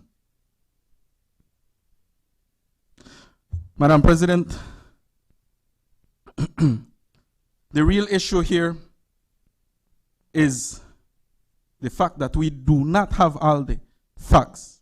We don't have it in black and white. That is the real issue. It's not the fact that we're borrowing to build the roads. I'm not happy about the amount either. But the main argument that we're making is that we should have all the facts. If you don't want to give it to us, give it to the Belizean people, because it is their money that we're spending. We're borrowing in their name, and they deserve to know all the details. So don't tell me about accountability and transparency. And this is just one example of many. Time and time we come to the Senate and we don't have all the details. Thank you, Madam President. I recognize Senator Brittany Galvez. Thank you, Madam President. With your allowance, I'd like to refer to my notes. Today, I rise in full support of the Caribbean Development Bank 8 Road Project, George Price Highway, Belize City to Hattieville Loan Motion 2025. And to start, Madam President, I'd like to address what Senator Faber started with, mentioning about the government keeps on borrowing. And since he is in here, I'd like to quote myself from my first debate, that yes, the government is borrowing, but they're borrowing to build, not to eat pibil. I might have to put that on a t-shirt one day. Point of order, Madam President. I take your point of order. 35, Proceed. whatever it is that's imputing improper motive. I was not in the chamber when my friend Senator Castillo started this nonsense. And I don't want to drag it on, but if they continue, I will have to do. Already stated my point of order, 30. It is improper motive. You are suggesting that I misappropriated or wasted the government's resources, which is not the case at all. And if I'm not going to be given the opportunity to explain that, then you will stop it. It is improper according to our standing orders. Thank you, Madam President. I take your point, Senator Faber. Senator Galvez, you may proceed. Thank you. Still, he also fails to acknowledge that as this government borrows to build this nation, they are also paying back.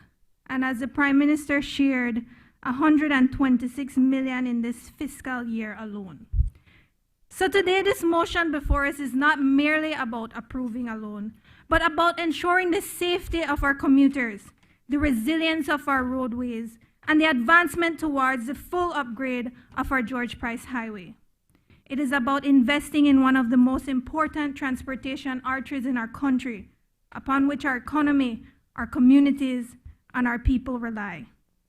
This critical corridor connecting the old capital to western Belize has long served our country since its initial construction in the 1930s and its paving following our independence. But Madam President, for anyone who travels this section of road from Belize City to Hattieville, they can easily recognize the necessity and need for this level of investment. The existing and outdated pavement continues to deteriorate, resulting in sections of the highway being narrowed due to the crumbling edges of the asphalt. Improper drainage, coastal habitats, and floodplains that surround this section of the road also accelerates its vulnerability to erosion and risk. That is why with this loan, the government is seeking to directly address those realities by, as Senator Courtney outlines, upgrading 25 kilometers or 15.5 miles of the highway, replacing the Burdon Canal Bridge and Hector Creek Bridge, installing proper drainage and sidewalks, raising the road in flood-prone areas, connecting road geometry and widening the road, upgrading of the Hattieville roundabout and adding lights, signage, road studs to improve safety on the roads. And I know I heard a couple senators mention about not having the details of this loan, but just to also mention that the Minister of Infrastructure Development and Housing already said publicly in the House that he invites anyone to visit the ministry to find out what they are doing and what the projects will entail. Still, we have also heard some concerns raised about the total cost of this loan. But let us be clear, Madam President, what is being financed is not patchwork maintenance. It is a full reconstruction of an outdated roadway to modern international standards, meaning fewer repairs, lower maintenance costs, safer travels, and less disruption to commuters. The cost per mile is calculated precisely because this project tackles the most complex terrain: coastal floodplains, unstable soils, and areas with ongoing underground settlement. This requires road elevation, extensive drainage, retaining structures, and multiple culvert replacements.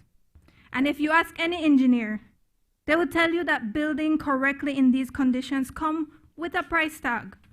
But failing to do so will also cost us far more in the long run. That is why this project seeks to replace endless small repairs with one long-term solution.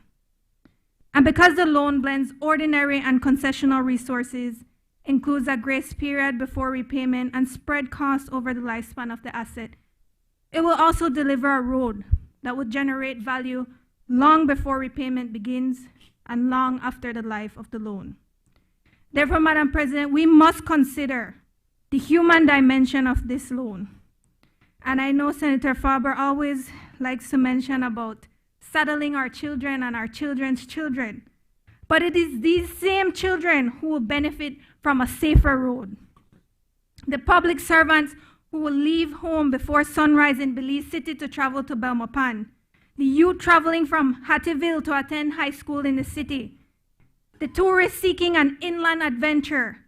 And Senator Chanona, I know you can appreciate the cyclists dreaming of being a cross-country champion, and the countless Belizeans whose livelihood rely on this road will all benefit from the improved safety, accessibility, and efficient movement that will result from this upgrade. Therefore, approving this loan means safeguarding national road connectivity, protecting lives, strengthening resilience, building infrastructure fit for the realities of today's climate and traffic demands, and represents a Belize that plans, prepares, and builds for the future. And for these reasons, Madam President, I strongly support the passage of this loan motion. Thank you. I recognize Senator Pastor Louis Wade. Good morning, colleagues in Belize.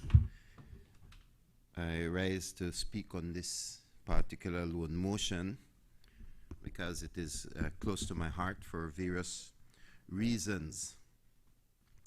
As a pastor, several years ago, I officiated a triple funeral. My relatives who passed away in a tragic accident that occurred on that highway. 15 miles that will be rehabilitated,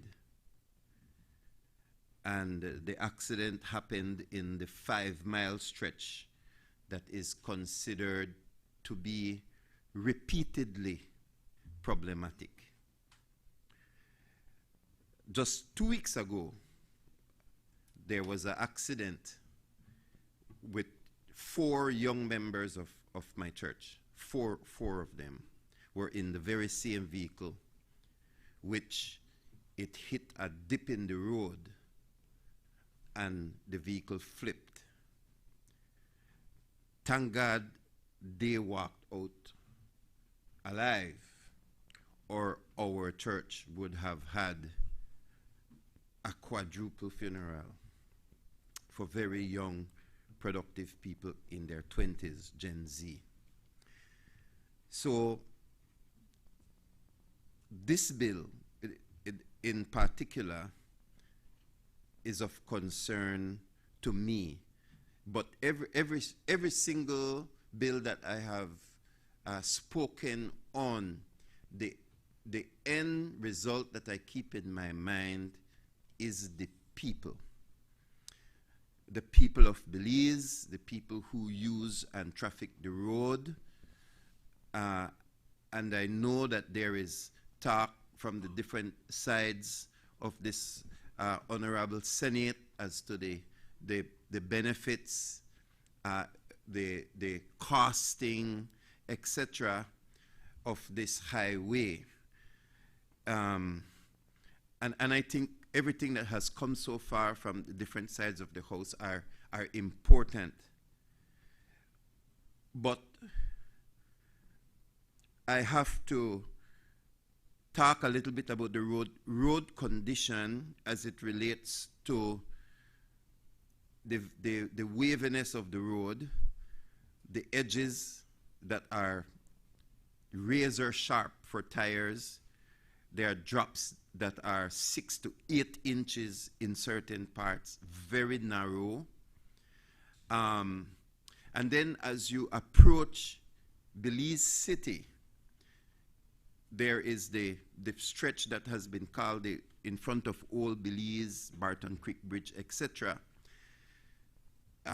which continues to be a problem for those who ride it. It's not a PUP problem. It is not a UDP problem. This is a national issue that has to be addressed, and it has to be addressed definitively, regardless of what it is going to cost.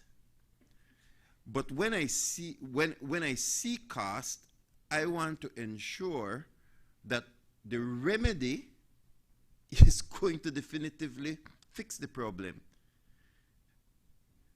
So it's not just an issue of the cost per mile. The question is going to be, will it truly fix the problem? Not via speech or pleasantries, because it matters. It matters. So most of us, I believe, drive this particular stretch of road on a regular basis, and the funding that is being proposed or sought for approval is for 15 roughly 15 miles of that stretch. Of that 15 miles, 5 of it, or 1/3, is extremely problematic. It is extremely problematic, and it occurs at both entrances to Belize City. This is not a joke, because if a Category 5 hurricane approaches us, I was on the road when Mitch was approaching, and the flight from the city is something that I would not want to experience again, as people were trying to move themselves and their assets out of the city. So you look at Belize City, and you see that it sits on a delta created by the Belize River, and it juts out. Belize City juts out, and there are 2 entrances into the city, a north side and a south side, and both sides are problematic geographically. This is a problem that one day, if it is not properly addressed, it is going to cause death. It will cause death. So the previous administration has the administration under the Right Honorable Dean Barrow has spent millions of dollars on both the north side and the south side entrances into the city. Has not worked. And this current administration, you will be here long enough for us to see whether or not this money you are spending is going to work, you know. We're going to be here enough, because right now as we speak, the graders are on Chetomal Boulevard. Not because, in my opinion, you know, in my opinion, not because of political, or aspirational, like, you know, we want a Chetomal Road, we want to cut here with there, but you are working with swamp. This is a terrain matter. And I have sat down long enough observing from my little rise and shine desk, grader after grader, surface after surface, on Chetomal Street, but also in front of Old Belize, and then also currently on the Northern Highway. And for the millions that government have spent, both PUP and UDP governments, if I may say so, the terrain continues to swallow. That's the word I'm going to use. Continues to swallow the plans of mortal man, the design continues to swallow the material, and you go on the north part, as I said, all the way through almost to Harlover. And I think that the Harlover solution has the idea, which is elevated. It elevated not only Harlover Bridge itself, but an extended portion of the approach. You will see that there is an elevation, so that either you hit the solid or bedrock, or there is more time, because you have, it's like a floating infrastructure that is more suitable to the terrain. Why am I saying all this? Some of this information, some of you live in the particular area, and you know the efforts that the professionals have put into these types of roads. And I think my colleague, Senator Chanona, said it right, that there is quite likely a possibility that we could approve more. So it's not just an issue of the spending or the cost per mile. I want to bury less people. I want that the solution that is placed before us, I am confident that I have the details to compare what is going to be done next with what was done before. because what was done before did not work. And so if I put far more money in to the same solution, that is not a solution. It is not sufficient. So having the evidence, because I have a little bit of science knowledge, but I have the friends who are engineers, who I can then take the information to say, does this solve the problem? So why are we sometimes protective of information? And that's, I got to call it protective because it's not available when the decision is needed to be made. Why would we not be given the information in time so that we can solve a problem? And I'm going to repeat it again from this particular location. Both entrances to our country's largest municipality by far are constantly under repair because the structural design is inefficient for the type of terrain that Belize City sits on. This, I believe, is an extremely important matter. And so, what are the engineers saying already? What are my friends saying already?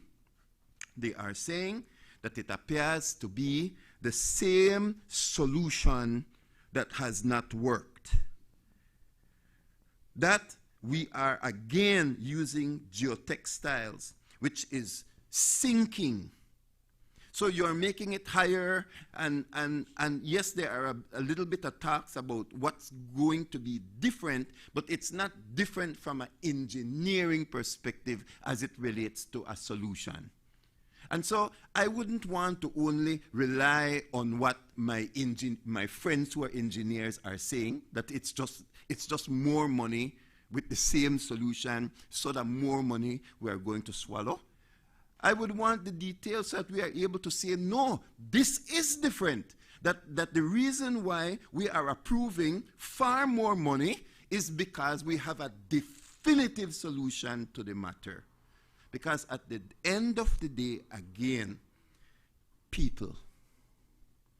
people's lives are at risk and will continue to be at risk if the money we are putting in does not definitively solve the problem. And so, they are saying that these roads are repaired every 3 years for the past 20 years. It means we will still be here in a few years' time, and this highway will come up again. Has it not before my time? Yes, it has, because I've been doing this through the television aspect of it, just the morning show aspect of it. The repeated repairs in front of Old Belize, repeated repairs on the Northern Highway, and you just look across the road and you see the houses. Nobody would have wanted to make that investment in the private domain, knowing that 2 years later, their houses would be sinking as a perpetual reminder that they did not hit solid rock. And for the millions of dollars that they put into that private housing project, it sank and is sinking. Now, nobody would make, in the private sector, nobody would make that mistake twice. Why are we making it repeatedly in the public sector? That is my question. I would never do it if it happened once. And so I have the question, which is, for the amount of money that you're asking me to vote on now, is it just a slower absorption of the road that will take place? And why is it that I can't answer it? It's because enough information was not provided so that I could definitively know, less funeral, we can drive the road safer for a longer period of time without having to slow down for the orange cones because they're repairing it again. And so, Madam Speaker, Madam President, my apologies, I will close with that. But the average work, this is information that I'm getting from people who are engineers who have worked on the road, that the average repair is every 3 years for the past 20 years. And so what I am now only hoping that I don't have evidence for, that I would have loved to have, is that the money that we are approving today is for a different solution. Because I will close with this. The terrain is not unique. It is unique to Belize, but it is not unique to the world. And so there are places, Netherlands, for example, that have definitively solved this problem. And while we may not have all the funds available for the cost of the solution, we take it piece at a time. We know, well, at least this 2 miles here is properly done, and the rest, yes, some money will go to that, and then at another time, another 2 miles until we bite that 5 miles of the 14 miles out, to the extent that we definitively solve the problem. And so I would appreciate more information before I stand and give my recommendations or approval to such a loan. Thank you very much. I recognize Senator Sheena Pitts. Thank you, Madam President. The first motion for the day, 2 hours in. For the first time, I said, maybe some of us decided to come and work. But then again, I listened to you, Senator Chanona, and you urge, as you have a way of doing, this time more overtly, that we elevate debates and we keep it at a certain level, and then we hear Senator Castillo immediately proceeding, and then I said, but what happened to elevating the debates?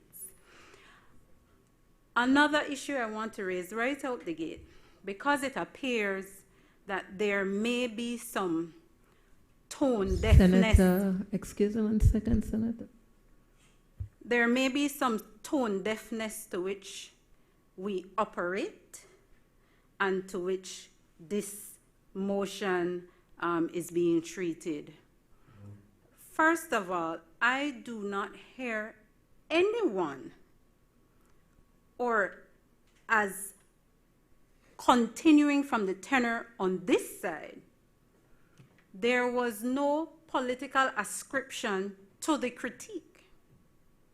There was an appreciation of a need, that which is not disagreed with, as Senator Wade has debated. So I don't know why, if it is in a sober chamber where we can look at a motion like this and still, with the greatest immaturity, apply to it the kind of overtures and overtones that flies in the face of some of the lives that have been lost on the highway. And I take issue with that. I've heard Senator Guerra said the difference here now is prioritizing, and that this government is prioritizing, and doing this road work is a matter of priority.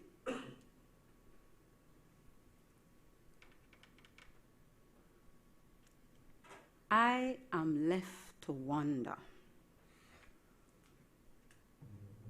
if you are to ask the ordinary man in Battlefield Park, do you want your government to ensure that you can afford to live from the wage you earn? That whether or not you want the government to fix the inflation crisis, or spend $69 million on 14.9 miles of road. Right, I'm corrected. And I don't know that the average person will opt for the road first. So I want to put into stark contrast that when we get up and we piece arguments together, we do so with the kind of sobriety that dictates some sort of reasonableness. And I take it that when the leader of government business presented the motion, some observation is necessary, because the leader of government business set the tone, to which his other senators did not follow. And that is unfortunate. That is rather unfortunate. The leader of government business said, quiet and calm, we agree. This one is the highest per mile to date road motion. That is true. That is a matter of fact. So to argue with numbers goes nowhere. It really does not. On the issue of Senator Herrera said it, Senator Chanona said it, Senator Wade said it, where are the details?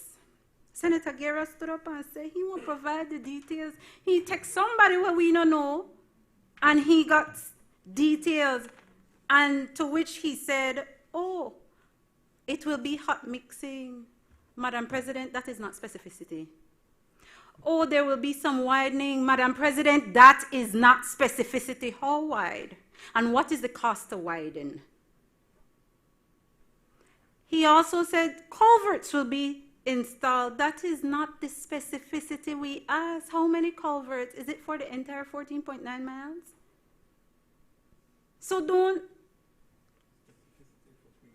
yeah, don't, if we're being sober, if we're being objective, if we're discharging the industry to which the nation expects us to perform, not short-shot it. And so because I wanted to know, Madam President, and I needed some help, I did a little research, quickly one, not much, and I found from the CariBank website primary information which was not supplied to us senators, which is the complaint here. We don't have the information. And I always say, if you give us the information, I, for one, cannot stand up and take all of 45 minutes. Because there will be some things that will be dealt with. And I am not offering now to provide the specificity we need. What I am doing is assisting the chamber on the record with some information that was not provided. The scope of work intends to include replacement of the existing Burden Canal Bridge with a new structure designed to AASHTO HL-93 standards, whatever that is, a 2-lane single-span pre-stressed concrete girder bridge with pedestrian walkways on both sides and scour protection works at abutments. The motion didn't have that. There is no attendant document that told me that.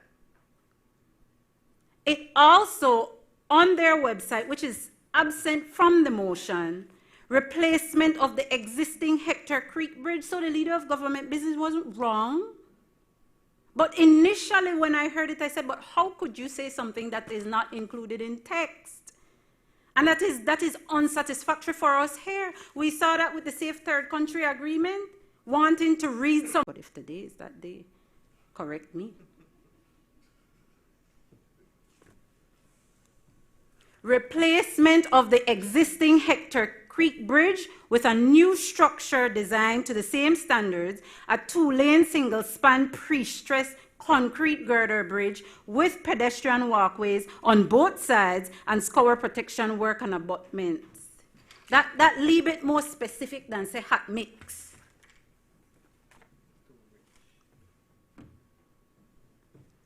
Rehabilitation and upgrading of the roadway, including construction of a 7.2 meter wide carriageway. That sounds a little bit more specific, right, Senator Herrera? Gives us more.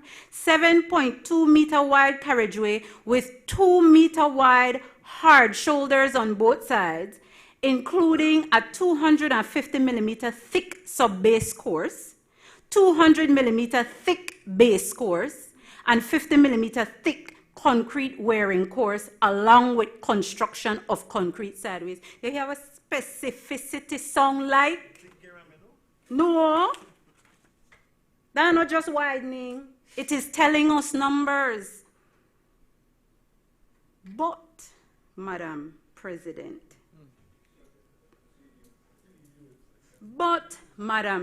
and this is a point you will appreciate, and Senator Wade, I join with you up to a certain extent. So we know there are sinking parts. I'm being seized that they're going to raise at a specific depth. The question Senator Wade has asked, is this sufficient to solve the problem? Now, what I take that you will appreciate, Madam President, is that where in this scheme of infrastructure has there been taken into any account the kind of town and country planning that will say, when you do it for 14.9 miles, the remaining going westward will not cause any immediate flow into the waterway around the 14.9 miles and subsume the 250 millimeter thick raising. You see what I'm saying? So, Senator Wade, I do agree with you. Is it enough? And why are we fixing in a myopia a stretch of road without appreciating the surrounding area and the fact that of all things we have seen most destructive is water?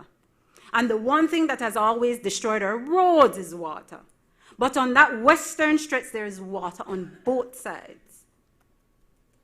Where is the kind of town and country planning that will see there is some treatment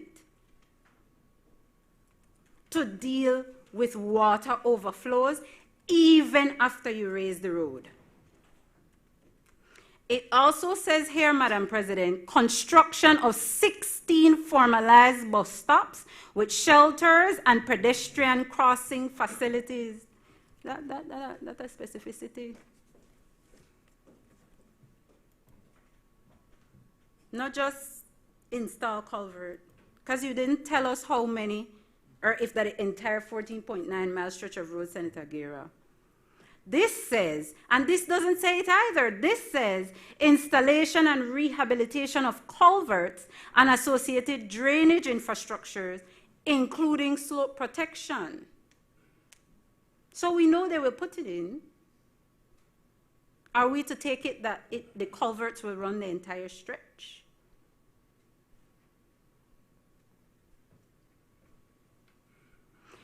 Provision and installation of road safety furniture, guardrails, road studs, line marking and signage. Provision and installation of solar LED roadway lighting, which is good. So that, Madam President, is a little bit more information than what was given to us. I still say we don't have who bid to do this, but the work is set to commence in the first quarter of 2026, if you read the agreement. So who is going to do that?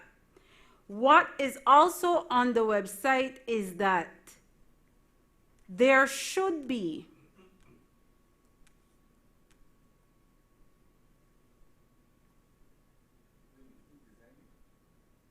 who will do the work.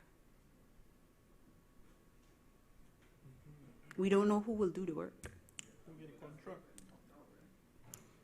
Well, if it is that it is yet to be decided who will do the work, then we can't yet know. But if the work is to commence early 2026, begs to question, somebody is already slated to do the work. And who?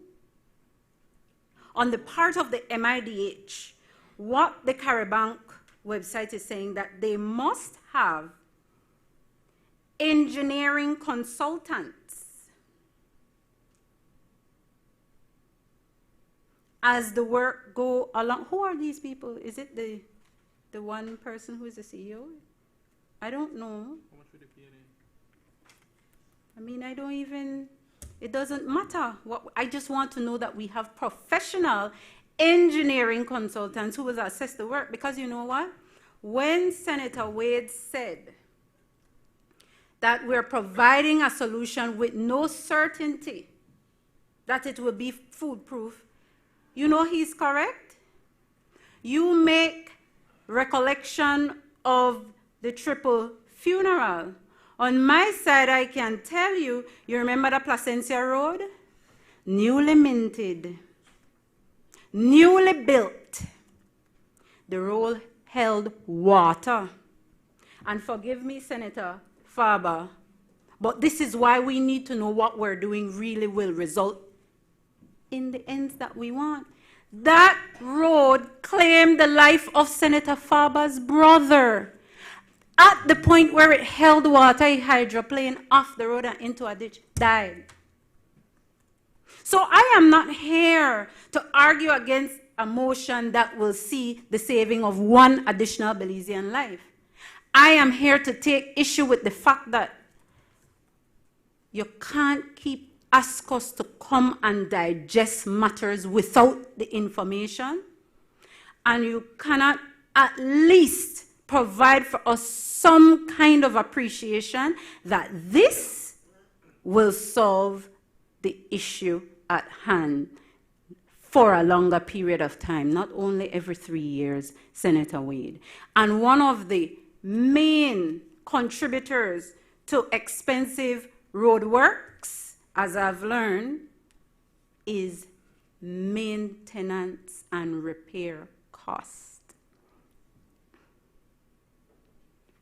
Has it been factored in?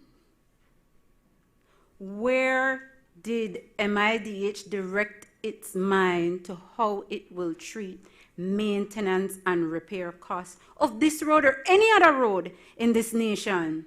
Because you're correct, Senator Chanona, we pave our roads and then later on you say, what's they dig it up? Or we take an approach to fixing road without involving the utility companies to ensure that their equipment can withstand or is still accessible. Because it really behooves me that we're building and WASA or can get to come and dig up back. Where is the responsibility or burden on them to improve and or upgrade their equipment along the way when we're doing these improvements? Because it can't be that we continue to not look further than our noses. We want to fix the road now and it lasts for 2 to 3 years and then we come back and we borrow some more. Proper town and country planning is beyond a parliamentary term. Proper town and country planning benefits generations, not just parliamentary term.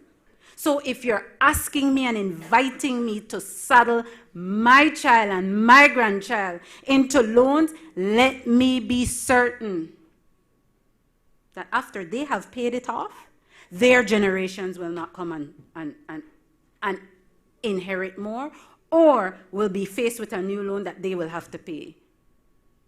And that is a simple point here. Not that we are against the need for improvement of the road. We're not against that. That's not what I'm hearing. And I think it is a gross and perverse type of tone deafness to make political light of Petrocabri money and Tarkos bill at a time when this government just tax ramen noodles 20% more. Whether that's the basic food where people eat. Like, how can we come here and do that? How can we come here and do that? This is serious business. And so I have to repeat, I take issue with that sort of thing. Now, I know during debates you might make light here and there, but one thing you don't make light about is how people can eat, or whether you're placing streets above people's ability to eat. Because we didn't have to go there. It is understood the road is necessary. It's understood the road is bad. It's understood we want to preserve life.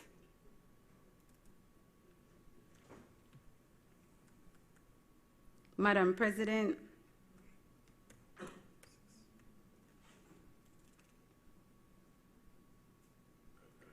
what I want to ask, if it is possible, because I found that the information on the website was helpful. If it is possible to amend the motion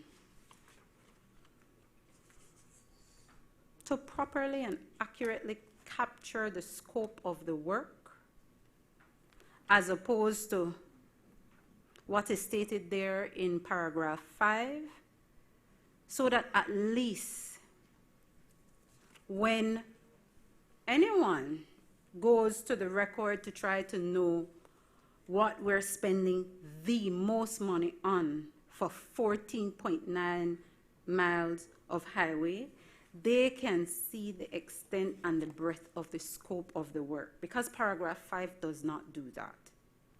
I do not believe it does that. And when I read the scope of the work, it put me a bit at ease, because at least there was something more than the motion given to us, and that is more specific than a text message or 2 or 3 terms, and I find it is helpful. I would like to see that there is, and the only reason why I say it, because it must be, and it is, a knee-jerk reaction to have to see that we're borrowing this much for such short space of road. The only way to allay those fears, to allay that reaction, is to provide the information so that people could see this is why. Because, Madam President, the cost per mile varies. And what makes the cost per mile vary is whether we're just resurfacing or fixing or building from scratch. It would be helpful to know whether we're doing either of those things for the entire 14.9 miles, or we're doing it for whatever respective portion, and that way we justify the amounts being borrowed. Because it can be justified. When you look at estimated costs for 14.9 miles of road, the range at its lowest end is $20 to $22 million. At its highest end is $45 million. So we're borrowing a lot in the first instance for this first part. It's a shocker to learn that it could have been more. But still, provide the information, provide the details, because that makes a world of difference. And I end, Madam President, by joining again with Senator Chanona that if it is we proceed on the understanding that the upper house is the sober house, and we have more insightful debates, then let's hold ourselves to that. And if we can't, not everyone has to speak on every bill. Thank you.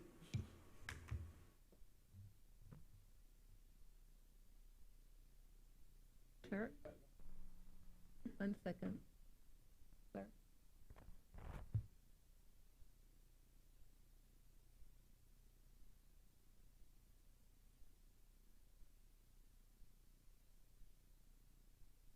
I recognize Senator Glenfield Dennison.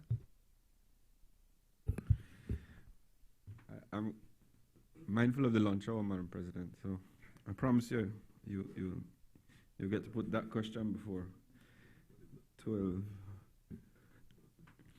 Just very quickly, a lot has been said here, and I am not in the habit of repeating because the sentiments are very clear. I just want to echo a few very brief points. Nobody is saying the George Price Highway doesn't need to be fixed. We're all saying that. I think we have unanimity in relation to the fact that we all want the George Price Highway fixed. Yes? The bad stretches, we all know. I pride myself that I even know part of road dip long before I reach it, right? It's a brilliant part of the driving strategy in Belize. Sad, but that's the reality, yes? I'm learning some of the other highways through this work, so I know less about some of the other highways. It does? I will learn them very shortly. Yeah. Now, I have a point here, and I thank my colleague on the other side, but I am not in the habit of doing outside research for this. So the point I have here, the point I have here is that the CDB has the criteria for assessing whether or not this is a good loan or not. They have it, Madam President. I know they have it. But it is not, and it ought not to be, that I, as an independent senator, have to sit down and go and scour the internet to find information that ought to accompany these loans motions. So yes, I was able to find the information and look through it. But quite frankly, no pay me for that. Real. Can't. I got an award from the union last weekend, so maybe that's what, maybe that's the price for doing it. But somehow the union feels that I worth something. But it can't just be 2 sheets on a paper. When we are talking about, and I want the Belizean people to hear me properly, all the numbers that are here are not the correct number. I was hoping Senator Zatina would do it. $102 million, and that's what this is about, 102. They throw you off, I know.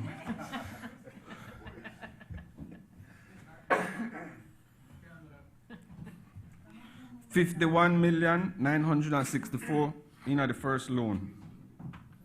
The next loan, 8.56 million. Add them two together.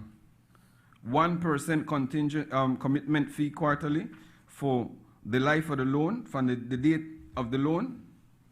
That will cost you another $6 million, right? The interest, 4.9% per 25.982 million US.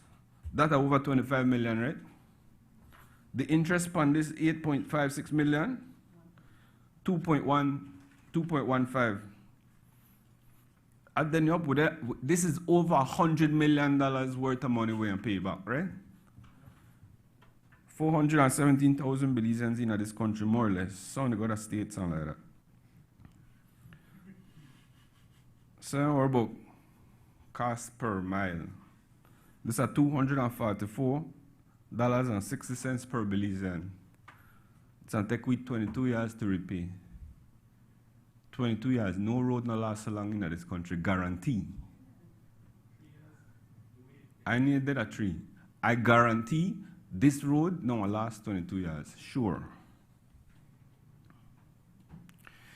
You see, Madam President, I join with my colleagues who say that it is improper for us and we are incapable of making an objective assessment of value.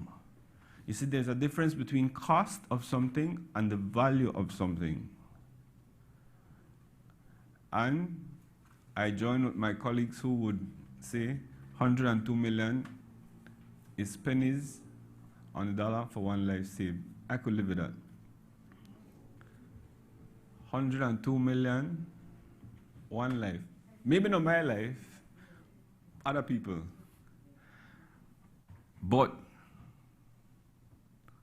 we can't have to play games no more. Bring the information to the Senate. Because they're my colleagues, you know. But you can't defend the indefensible without the information, man. Come on. I couldn't do that. Right? We don't have to do that. We don't have to do that.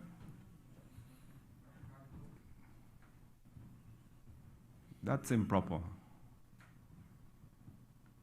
I joined Senator Chanona in saying that I will personally stand here and defend the spending of more funds, more per mile cost, because I have it right now at 6.85 million per mile. That is my cost. I count interest to, because that's real money now. That not pretend, that's real. Right? How much you made there? I did a 6.845. I did a 6. Good.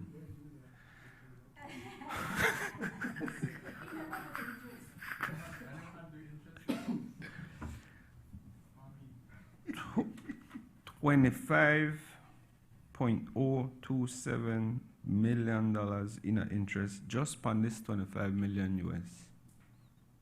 Right?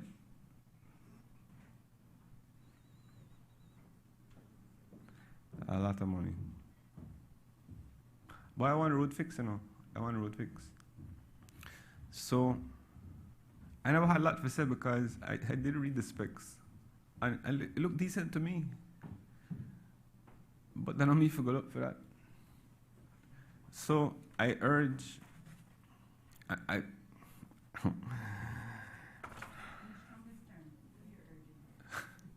don't want to be unkind, but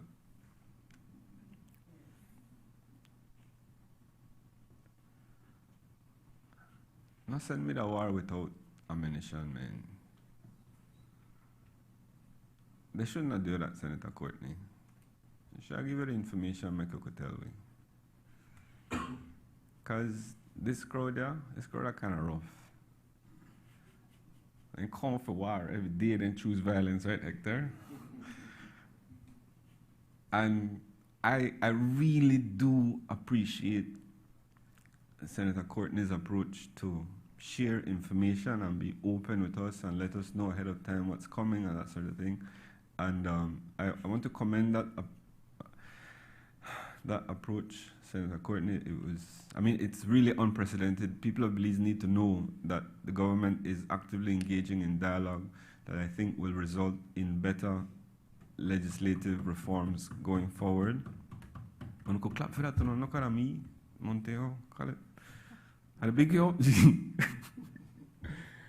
And I think things like this, with the information coming forward on the presentation, you're not like we're not there 2.5 hours for this for one motion. Like this this a 1 hour at central bank and may save everybody the headache. So that's it for me, Madam President, because everything else, I align with everything else that's in that vein.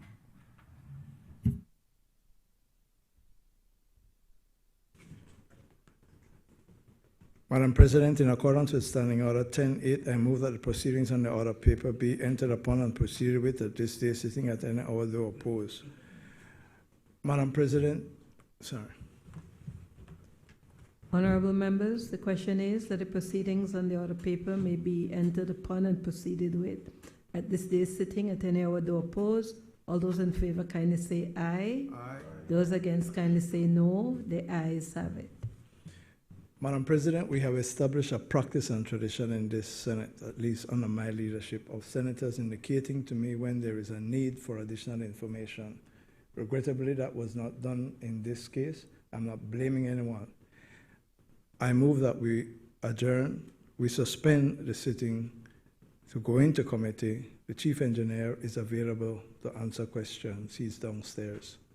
I move that we suspend the sitting. In consideration of the call for more information on the loan motion, and I'm hereby suspending the sitting of the Senate at this time to enable the Senate to meet as a committee of the whole, to have the chief engineer from the Ministry of Infrastructure and Housing Development be available to answer any question that you may ask of the said loan motion. The Senate stands suspended.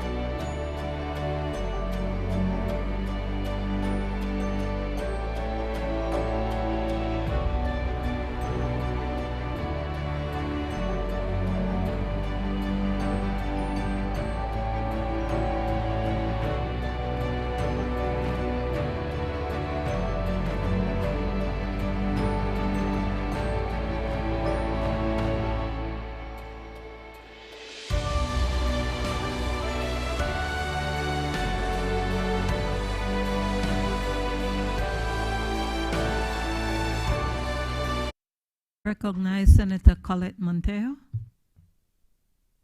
Much obliged, Madam President. Madam President, I just wanted to make a couple clarifications very quickly. Sitting in for Senator Chris and trying to cover the areas that he asked me to kindly share with the Senate. In regards to Senator Faber reference to yet another loan motion, I will repeat a quote that the father of the nation gave, and every research you do and everywhere you check, borrowing is a normal part of developing a nation. It is not unique to Belize or to many other developing countries, and even to the large industrialized countries. So when it comes to borrowing, I don't think that should be an issue, but I want to remind, as I was asked to do, because recently in a press conference, Senator Faber mentioned that under the current administration, some 600 million has been borrowed. Didn't listen, I read. I am asked to remind him, lest we forget, that in the final 5 years of the UDP administration, there was 542.8 million borrowed, 542.8 external borrowing, and there was 904 million domestic borrowing in the final 5 years of the UDP administration, totaling 1.4 with a B, billion dollars. And the question was, what has taken place with the 600 that has been borrowed?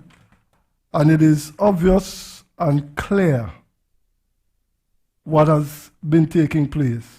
And so I just want to remind us that borrowing is not a political issue.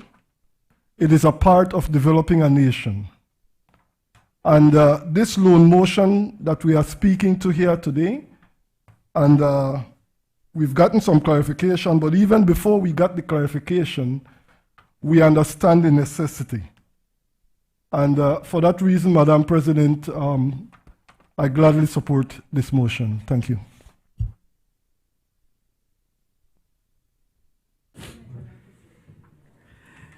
Madam President, we suspended the sitting of the Senate in order to receive the Chief Engineer from the Ministry of Infrastructure Development and Housing, Mr. Evandale Moody. Mr. Moody was available to my colleague senators to answer their questions and to provide clarifications on the many issues that they raised. As I indicated before the suspension, had I known that these technical concerns existed, we would have made arrangements for this to happen before the Senate meeting.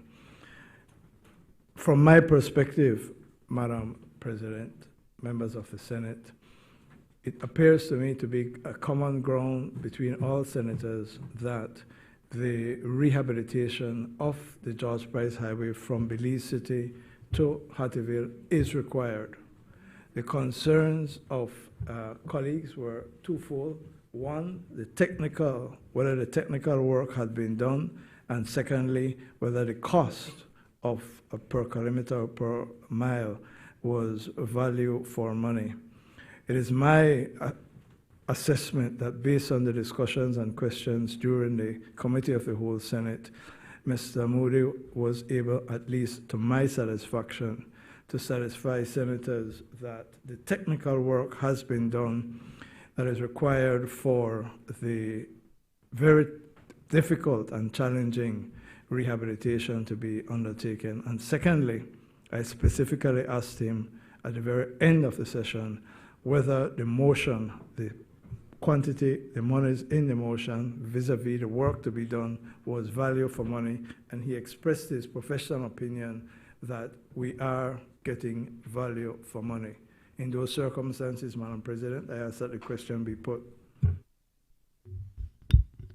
Honorable members, the question is now, therefore be it resolved that this honorable House, being satisfied that the loan proceeds would significantly assist the government of Belize in its endeavor to rehabilitate the George Price Highway to improve efficiency, safety, accessibility, and resilience of Belize's most heavily trafficked road network, approves and confirms that the government may enter into a loan agreement with the Caribbean Development Bank on the terms and conditions set out above, and further authorizes the Minister of Finance to execute and deliver the said agreement and all other documents associated therewith.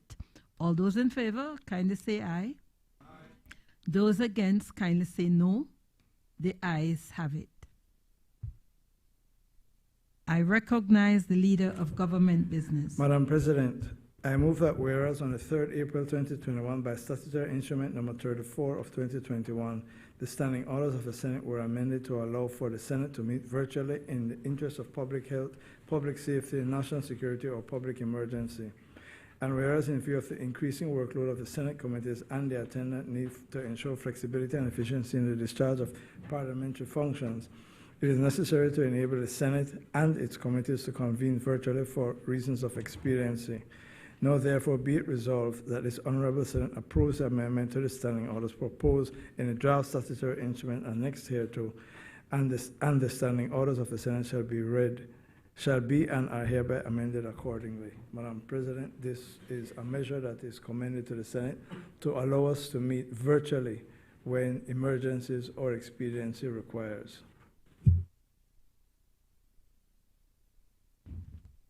I recognize Senator Patrick Fobb.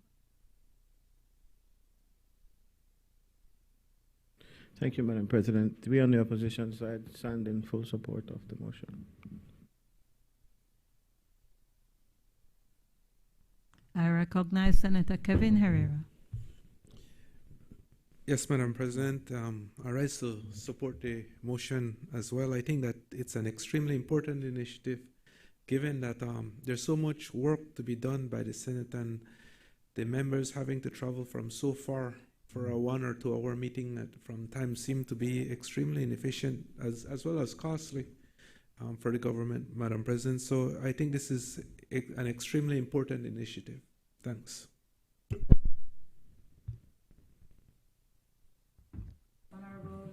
Honorable members, that motion. Madam President, first, I want to thank my Senate colleagues for their support, and I seek the indulgence of the Honorable Senate to have this motion taken through all its stages today. Honorable members, that motion is referred to the Standing Orders Committee for examination, consideration, and report. Honorable members, that the question is also that this motion be taken through all its stages today. All those in favor kindly say aye. Those against kindly say no. The ayes have it.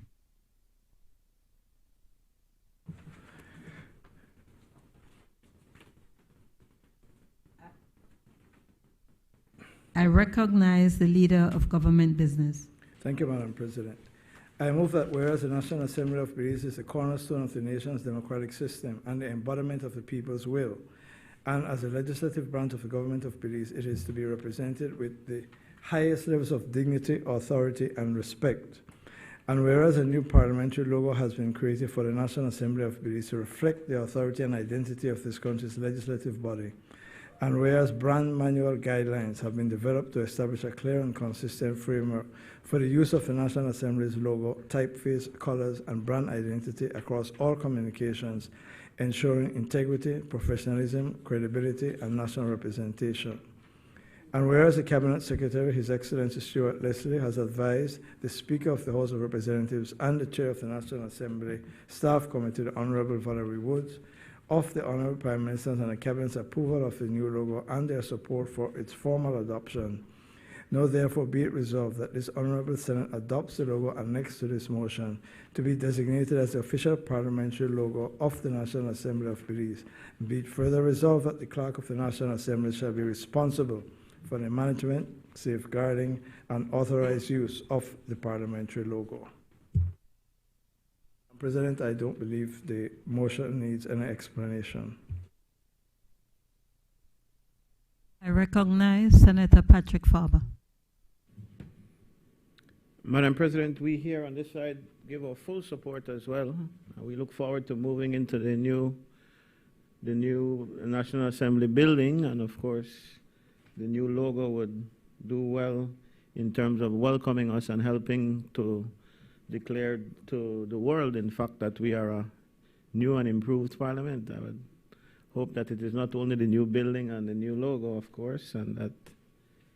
But we've seen some of that demonstrated today, and I use the opportunity to thank Senator Courtney for his leadership on what just transpired with the loan motion bill from the CDB. Thank you, Madam President. I recognize Senator Janelle Chinona. Thank you, Madam President. I'm searching for the diplomatic way of phrasing this. I'm just curious in terms of the process that was afforded the logo, only because on behalf of the creative sector, logos tell the story. We were just at the Barbados jurisdiction, and their logo, two hands upholding historic parliamentary structure, and their scrolls framing it. So on behalf of the creatives, I just wonder perhaps if there's a story to the logo, because I think I fully support that as we re-enter Parliament, that we do so under new branding. But I would only, and again, this is no intimation of anything criticizing the logo. I am just curious in terms of the process, because I do feel that perhaps there could have been an opportunity for a story here and have the logo depict the power of the brutalist architecture and the people's work. And that is my only suggestion. That I don't know who created this logo. The colors are the colors framed there, I think, is mustard, or I'm not one to But yes, I only frame that because I know that when I got this and I circulated, that was some of it that came back, Madam President. And I think it's great that people want to be a part of the process in terms of the new logo, and I commend the initiative and moving forward with it. And as I said, just looking through some of my papers at the Barbados one as the quickest reference, I think it's great that we're looking at these things and having them tell the story of our work here, because I think paramount and testimony to your leadership, Madam President, in terms of making sure people know what happens here and that they feel that this is their work, and making sure that they feel a part of it. Thank you, Madam President. I recognize Senator Kevin Herrera. Thank you, Madam President. Madam President, I think that I think the initiatives in terms of the rehabilitation of the building and the new logo is certainly an important one. I was hoping, though, given that the National Assembly is really the center at which we practice our democratic ideals, that the logo would have represented some of those ideals, and even in abstract terms. And I'm not feeling it looking at the logo. I was hoping that it would have given that type of feeling, but certainly fully support the initiative to continue to improve what we have here. And hopefully at some point we could maybe revisit and look at some of those ideas to have that as a representation in the logo. Thank you.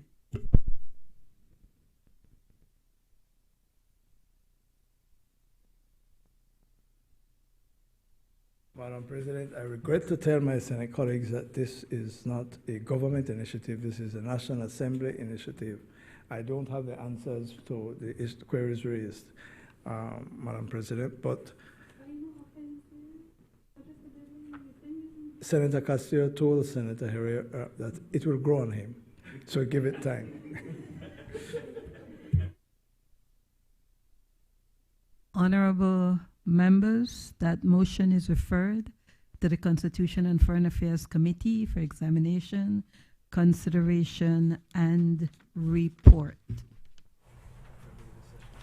Announcement by the President. Honorable members, it has been agreed that the amendment of the standing orders of the Senate Motion 2025 pass this day. Standing Order number 65-1 states that the Standing Orders Committee shall have the duty of considering from time to time and reporting on all such matters relating to standing orders as may be referred to it by the Senate. I therefore suspend the sitting of the Senate to enable the Standing Orders Committee to examine, consider, and report back to the Senate on the motion. All those in favor kindly say aye. Those against kindly say no. The ayes have it. The sitting is therefore suspended until the Standing Orders Committee has concluded its business.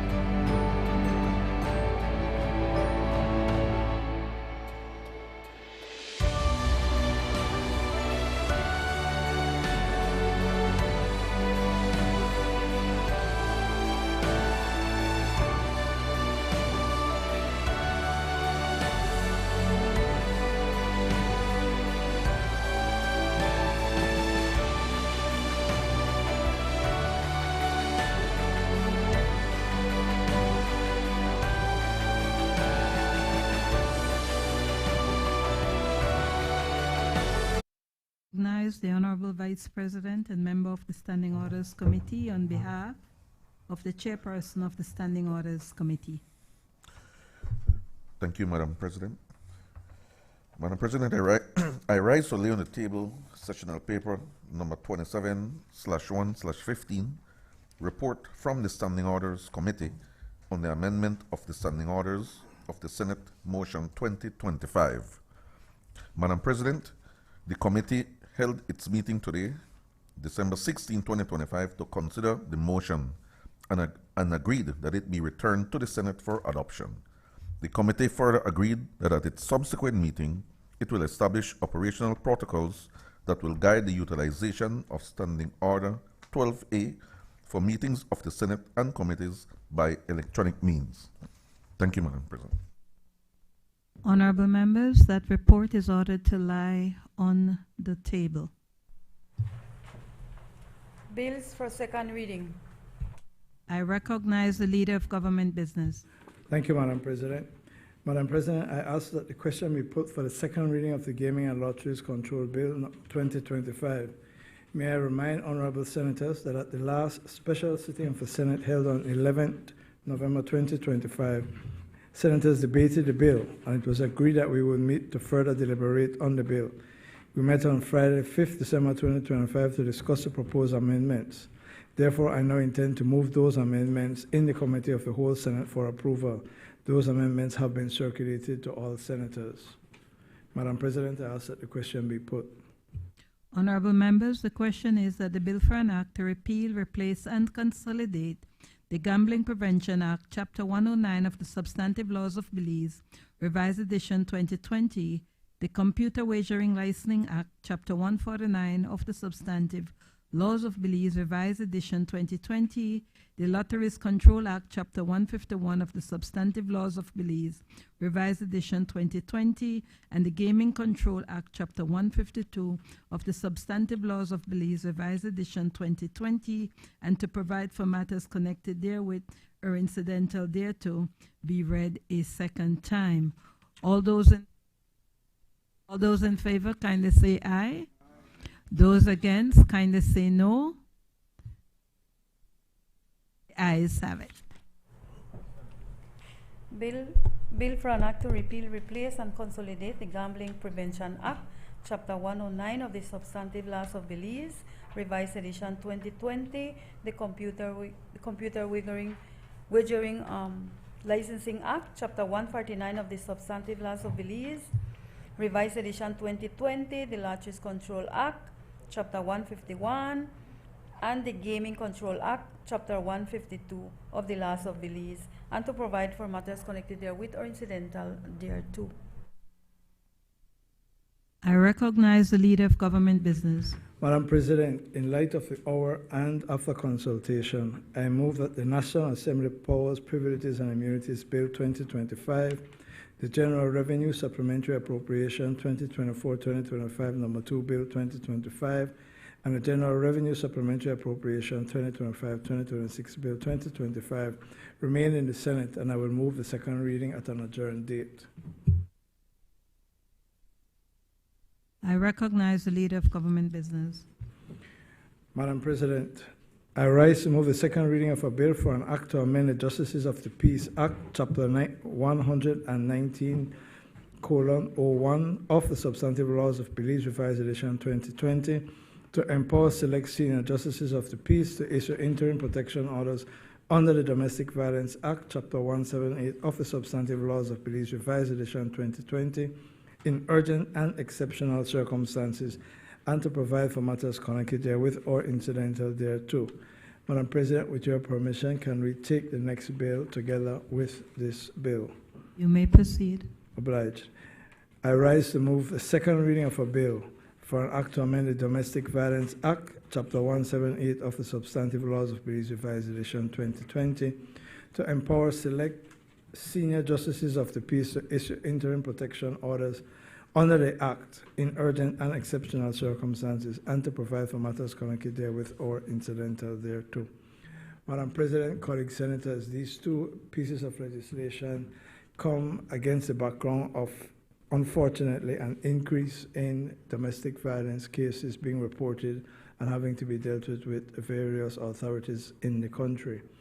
The intention behind this legislation is to cure a problem, which is that at current, interim protective orders can only be issued by a magistrate, which means when a magistrate court is actually sitting.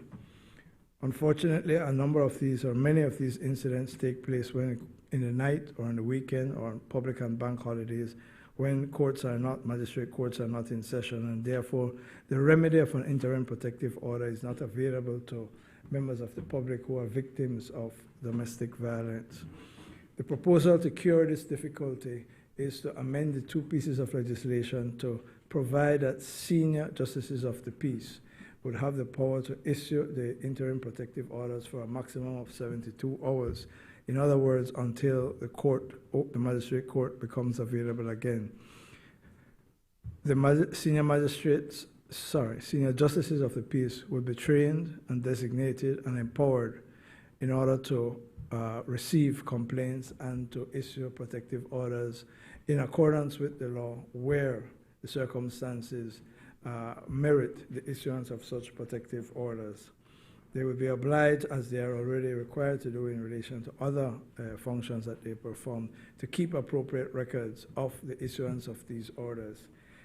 Madam President, members of the Senate, we are proceeding with the bills today because our understanding is it's urgent, it's needed. We are moving towards a holiday when many courts will not be available, and it's necessary to empower people. Hopefully some people will be trained by then. I'm not sure of the timing of the training, but in any event, we want to move as quickly as we can with these two bills. I recognize Senator Patrick Farber. Thank you, Madam President. We stand in support of this bill, both bills actually, Madam President, and we have a few concerns, but I'll ask my colleague, Senator Pitts, to take on those concerns when she rises, but we generally give our support to both of these bills.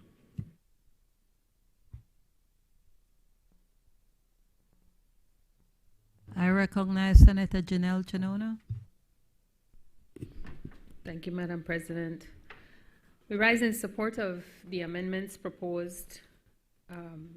Earlier, Madam President, I was looking at news from last night, and there's again, more evidence of, as was called out in the introduction of these amendments, somehow this manifestation that some people have the right to hit some people. The video shows a chokehold in this instance, shows other men coming into the situation to try to alleviate it, and still a resistance as if though there is an entitlement.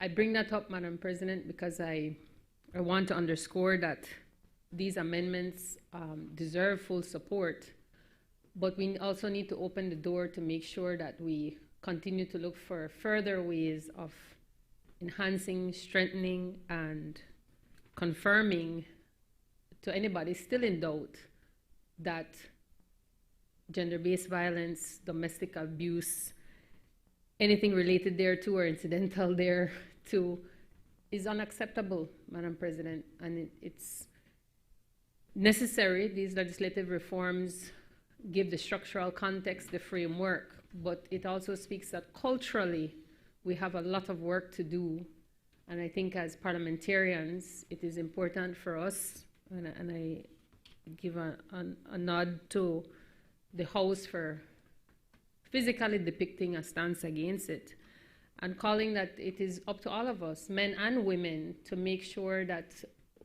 we set the example, set the tone, send the message that gender-based violence has no place in our society, no place in a modern civilized society.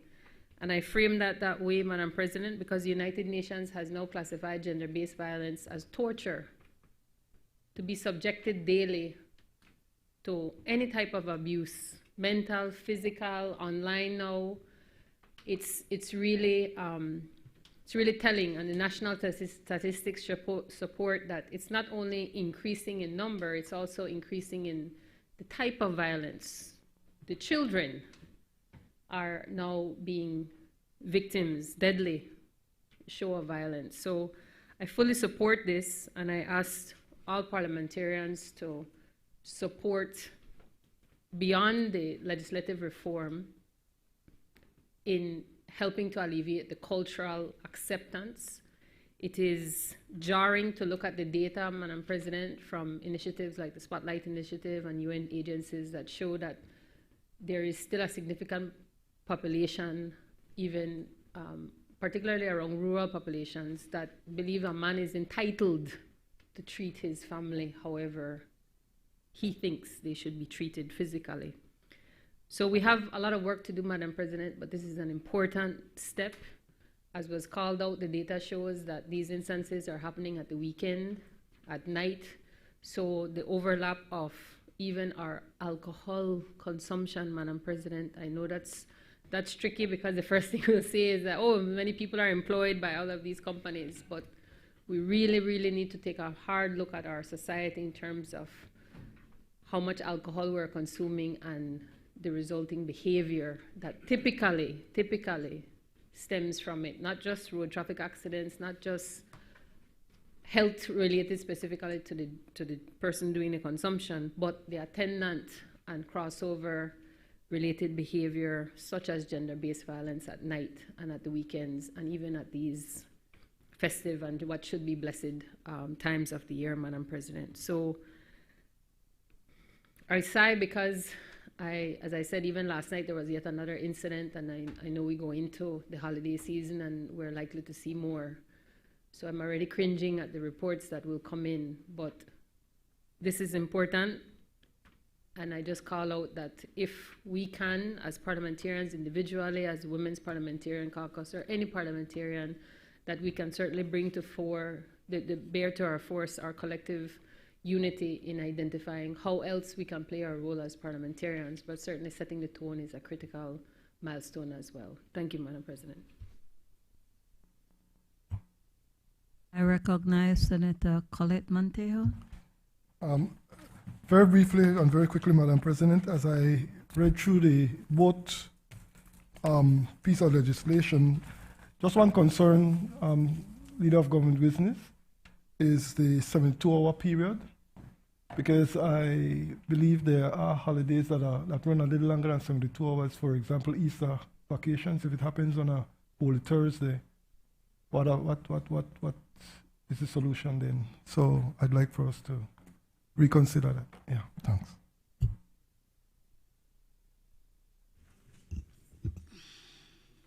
Recognize Senator Sheena Pitts. Thank you, Madam President.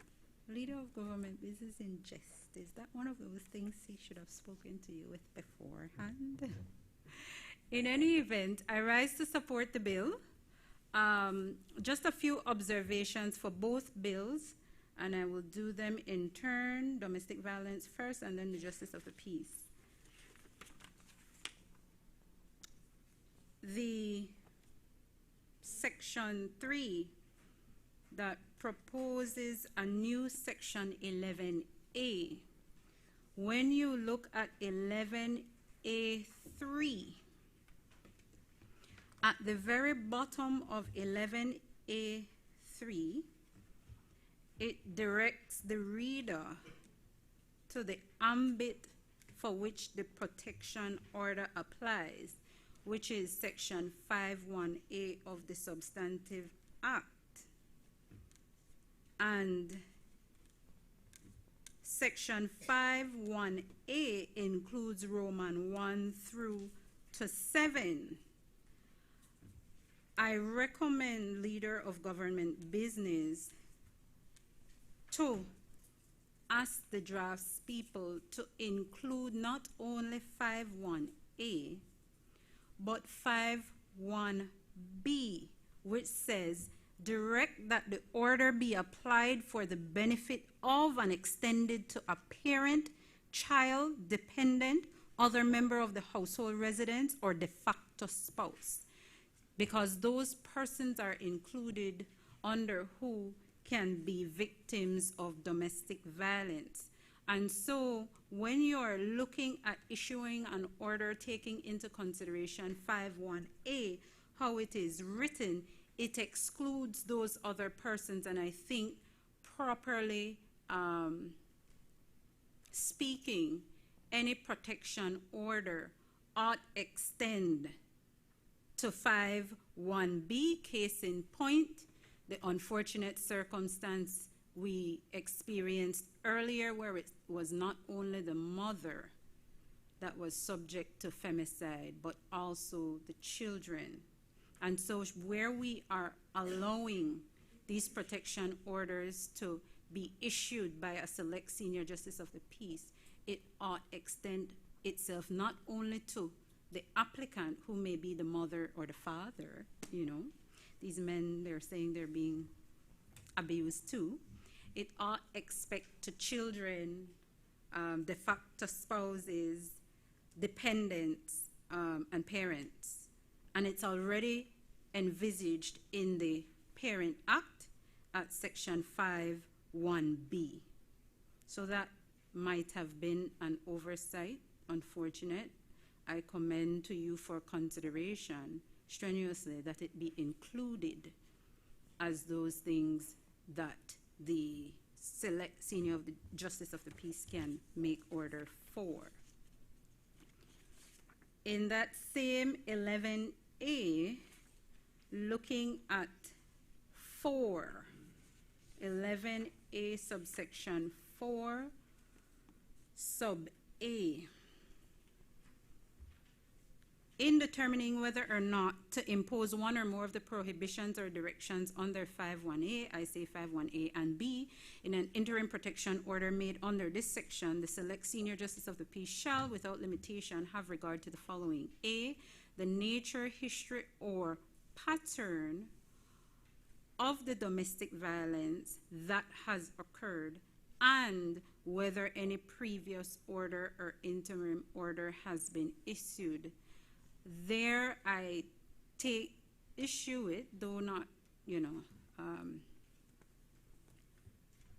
as strenuously as the one before, but the use of the conjunctive word "and." I'm recommending that A is split in two, and we leave nature, history, or pattern of the domestic violence that has occurred on its own, and then whether any previous order or interim order has been issued on its own, because you don't want to have the conjunctive word there and untrained, legally untrained senior select justice of the peace take it to mean that there has to be the presence of both those things in order to move them one way or the other. In B, it reads, the need to protect the applicant and any other person for whose benefit. And where that says "and any other person," that lends credence to my strenuous suggestion that 5(1)B should be there at 11A3, because we're having 11A4B making reference to other person when the earlier provision does not even extend to other persons. In any event, B says the need to protect the applicant and any other person for whose benefit an order has been issued from further domestic violence. I think we need to make a distinction between orders that has been issued in the past and now orders that can be issued, because it would read to suggest that you take into consideration circumstances only where there have been pre-existing orders in the situation. And I think that is a mishandling of trying to achieve the best objective in the circumstances. So for B, we can separate it again to look at protecting the applicant or any other person for whose benefit has been issued, or protecting the applicant and any other person for whose benefit the order will apply.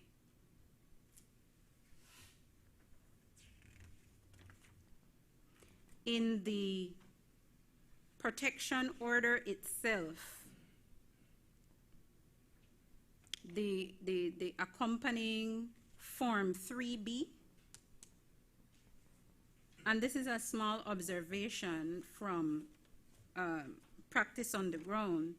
At the very end, page 7, it says the terms of this order, if the said so-and-so fails to comply with any of the terms of this order, you shall be liable to imprisonment and or a fine pursuant to section 23 of the Act.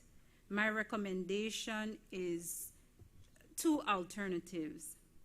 Much like we do in the High Court for injunctions, you put the penal notice at top in block bold capitals, or if we keep it the same way, specify how long the imprisonment and specify how much the act, because that lends itself to the respondent understanding exactly what he or she faces should they breach the order. And I think that that is important in these circumstances, and it ought be an obligation on the Senior Select Justice of the Peace to say just that to the respondent, and it should be included in the Justice of the Peace Amendment Bill.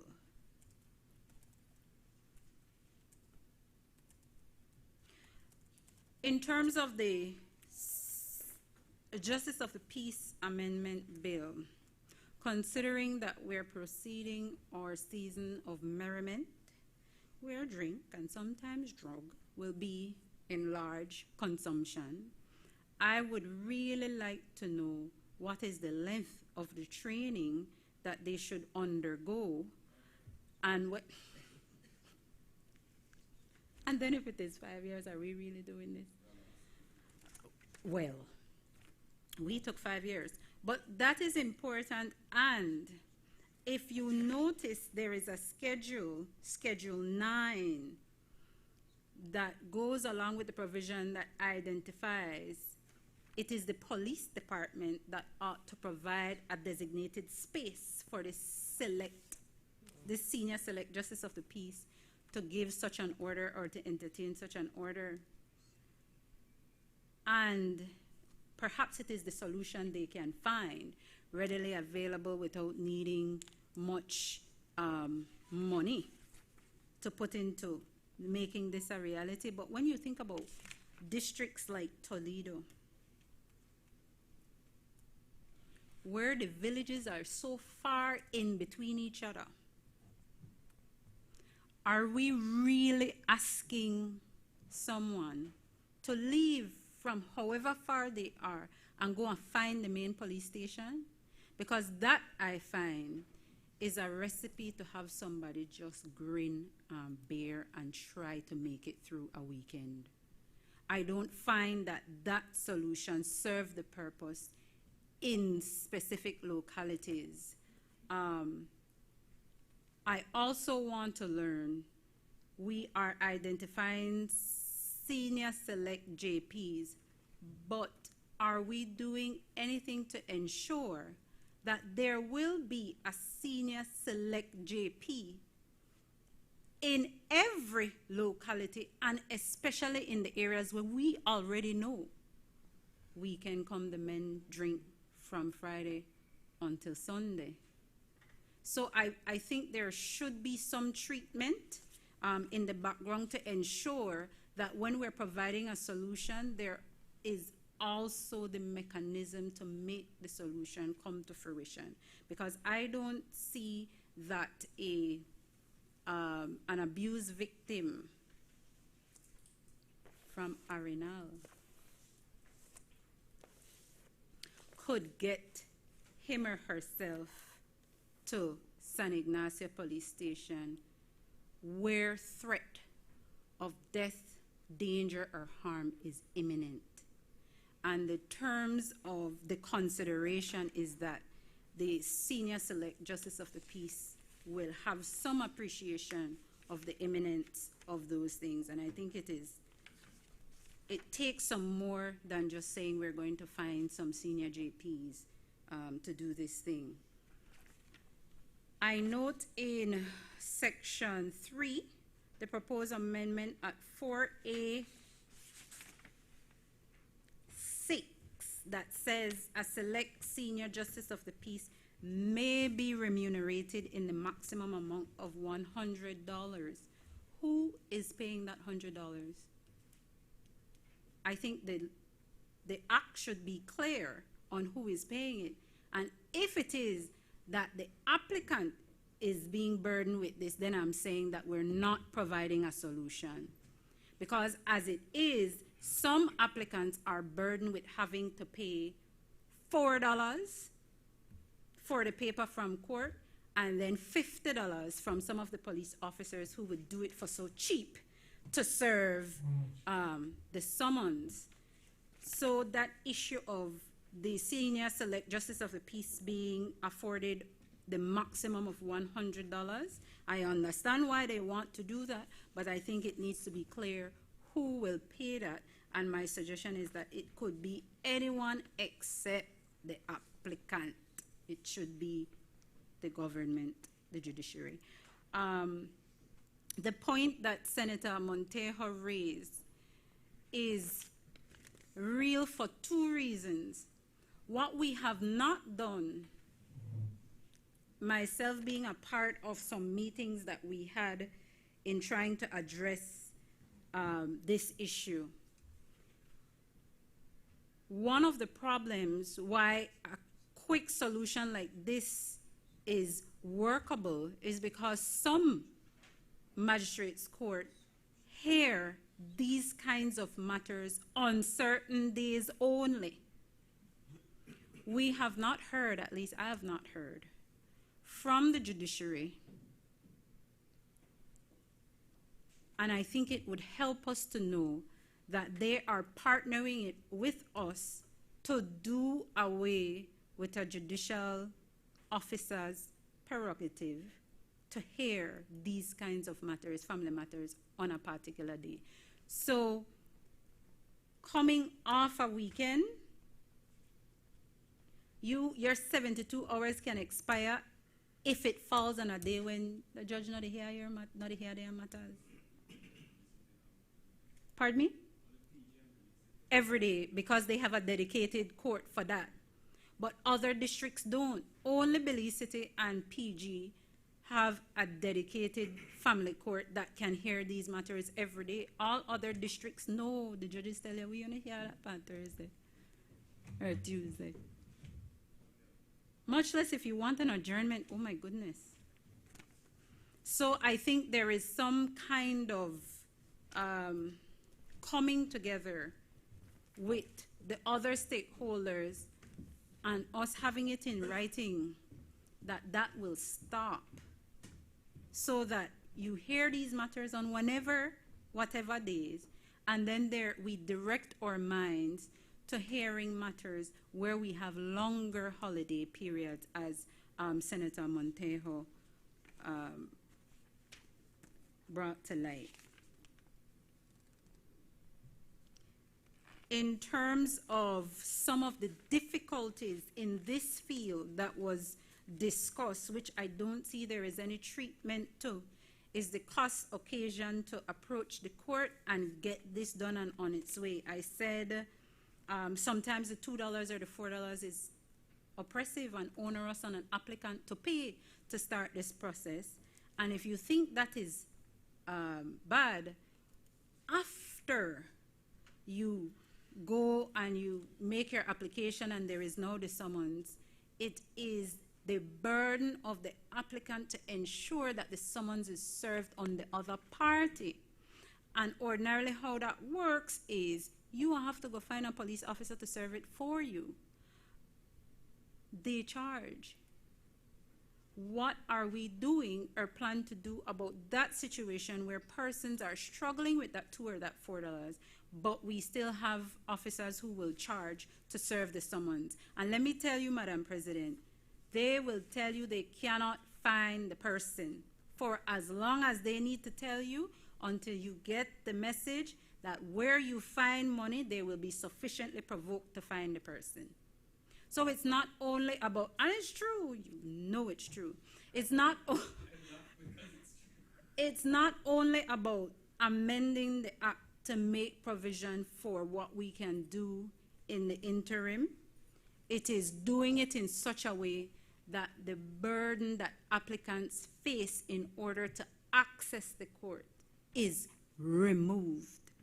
And so the feature of paying to take out the summons, the feature of paying to serve the summons that needs to be addressed, the feature of court sitting on whichever day they decide to hear these matters need to be addressed. And we have seen where you can approach a judge, because the court is the judge,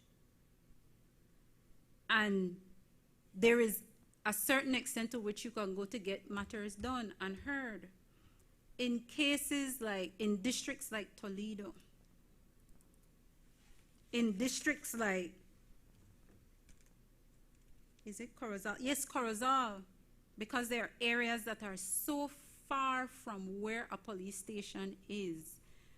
We have to direct our minds to providing a mechanism where a select senior justice of the peace can act outside a police station, that they don't need to go to a police station, but there must be some way to bridge the gap.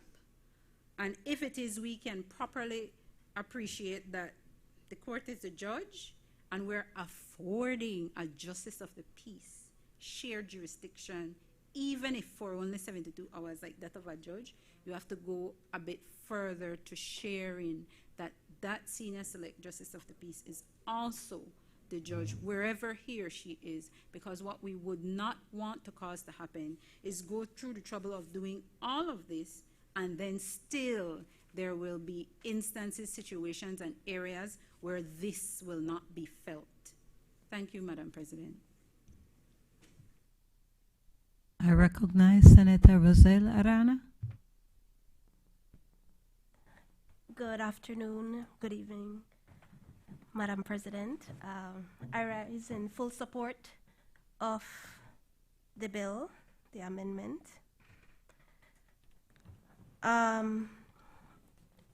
One thing that struck me coming from the Toledo district is that,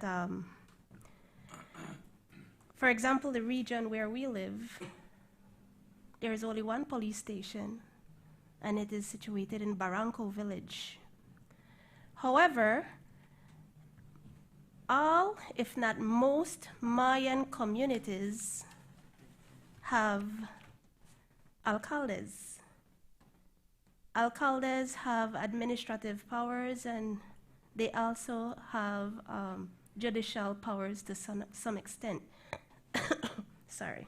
So I'm not sure if that would work, using the alcaldes, if there are no senior justices of the peace. So just a question or something that can be considered if there are senior justice of the peace that are far away from these Mayan communities. And for sure, I know as it relates to senior justices of the peace, they are more connected to the communities, and they are well positioned in understanding and even addressing issues of domestic violence, etc. So that's just a quick thing that I wanted to point out. Thank you. I recognize Senator Glenfield Dennison. Obliged, Madam President. Madam President, it's very difficult to stand up here and not support these two pieces of legislation. But I think we just have to get a bit of context. The power that is now being given to justices of the, is now being proposed to be given to the justices of the peace is in fact a judicial function. It is a situation where the justices of the peace will be asked to be a court, to sit as an officer who will decide upon the rights of individuals. And in this particular case, ex parte, that's a fancy word, which just means that it's only going to be concerned with one person's side of the story. And I find that in every story, there's always three sides, Madam President. Your side, my side, and the truth, right? And so I think it's important that it doesn't get lost on us that where we intend to have people act as judicial officers, and have great respect for the justices of the peace, understand they were consulted in this one, that we have to make sure that it's not a Lee Simidimi training, right? Because I myself, I'm afraid to have to sit on a hearing like this. Family court magistrates are a very specialized breed of legal officers who deal with and understand that system better than most people. And I don't know that it's going to be not a steep learning curve for anybody to try to exercise the powers that now is only exercisable by family court magistrates. Well, magistrates sitting in their family court capacity. Because my learned friend, my colleague, Senator, is right that some magistrates only sit one day a week as a family court.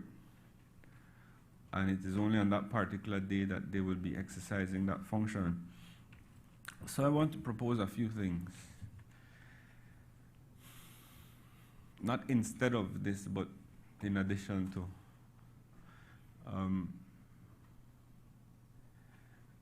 The power that is being given to them, to justices of the peace, needs to be exercised by a magistrate. Someone with legal training, someone with specialized knowledge of domestic violence situations in that particular jurisdiction or the country. And I want to suggest that we either find a sitting family court magistrate, or we train a sitting family court magistrate, or we pay them a little extra to be on call 24/7. If they have to rotate it, whatever it is they have to do, so that the powers that already exist in Section 11 of the Domestic Violence Act can be exercised and accessed by citizens at all times. I think that is a solution that will help the system move along faster, whether in addition to this or in substitution to it. But the point is this: both Senator Montejo and Senator Pitts are correct. The interim order is only for 3 days. It will expire. It will likely expire before it is served.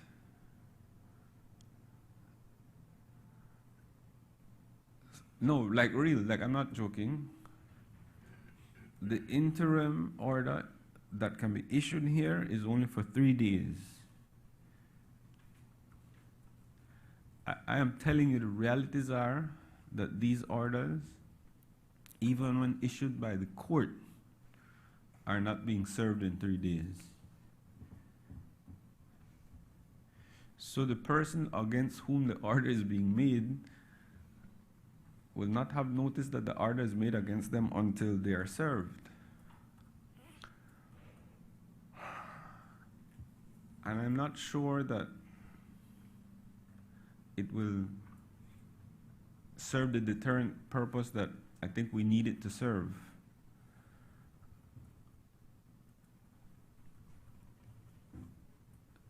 So I didn't ask the family court. I hope the government did. But there needs to be a discussion with the family court on how they can make the court available more often, and especially on weekends and so, to people who really need it. And in this age of technology where you have Zoom and you have these things, I think, could be issued by a little Zoom call. You sit in the office, you give a hearing, when you're at the police station making your report, the domestic violence office, wherever it is, you know the roster, who's on call, you call the magistrate, you get the order, and you execute it. That's important because we're creating dual systems now, and I'm telling the magistrates themselves are having difficulties in ensuring that the orders that they're given are being served to time. And the reason they have the 21-day interim order is because it allows the magistrates some breathing space in order to offer protection now, but to bring the next party before the court so that the full hearing can take place. And that is when the magistrate is then empowered to extend the protections if necessary. Now, I have seen some terrible instances in the court where people are still battered and bruised after the 21 days are finished, right? But nobody is going to dispute that we need to get people to be able to get the protection orders. Attached to that, Madam President, is, I think, a need to ensure that these people are afforded counsel. Whether it is in the form of a social worker who is equipped with the knowledge to marshal the evidence that's needed before the family court, the senior justice of the peace, or whoever it is as the case may be, or an attorney who will help them to prepare these documents. And I genuinely think free of cost. At no cost to the individual who's making it, because we talk about cost of living and so, but financial abuse is real. And how do you tell a woman whose abuse is financial to find $54 to protect yourself from being beaten? These should be safeguards that we as a country have for the most vulnerable in our society.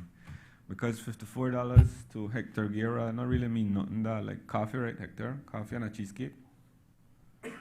Depends on where you get it, Hector. But $54 to women who are approaching the family court for a protection order is a tidy sum, and that's assuming they can walk to the court, because if you add the cost of bus fare and that sort of thing, it adds up really quickly. And for the sake of not being able to find $150, we lose women, sometimes the entire family, in case of domestic violence. So there really needs to, I applaud Minister Garcia for taking a holistic approach to it, but I want to recommend that we also look at these other systems, because the 3 days isn't it going to be enough. I don't find so. It's a good measure.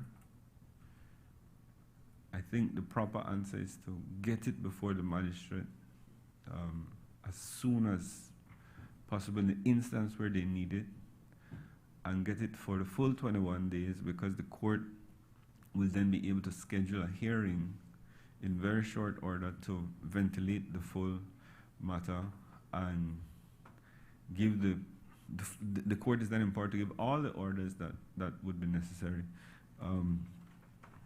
But like I said, it's hard not to support this leader for government business. So I just make those recommendations, and thank you, Madam President.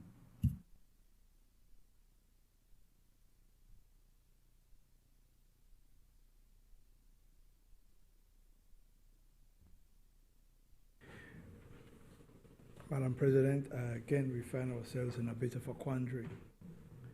It is my understanding that the Ministry of Human Development and others the Attorney General's chambers wish this to move forward with dispatch.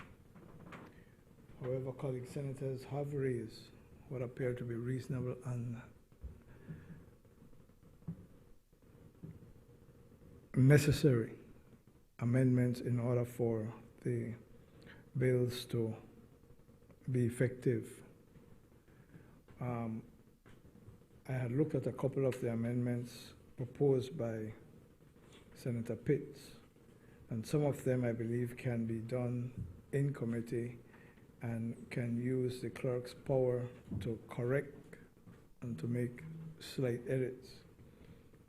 But there are other proposals, the 72 hours situation, whether or not we will use alcaldes, whether or not we will use magistrates, the location of where these things will be heard, availability of police stations, etc., are all fundamental issues which cannot be fixed by the clerk. And so we have a choice.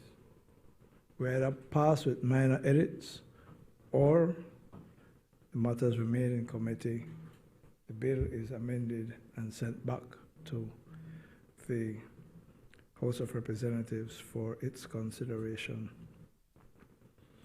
Madam President, I will ask that the question be put, and if the discussion in committee means that it remains there, it remains there. But we can have a full discussion on the bill in committee. But I ask that the bill be put. The question be put. Honorable members, the question is that the bill for an act to amend the Justices of the Peace Act, Chapter 11901 of the Substantive Laws of Belize, Revised Edition 2020, to empower select senior justices of the peace to issue interim protection orders under the Domestic Violence Act, Chapter 178 of the Substantive Laws of Belize, Revised Edition 2020, in urgent and exceptional circumstances, and to provide for matters connected therewith or incidental thereto, be read a second time.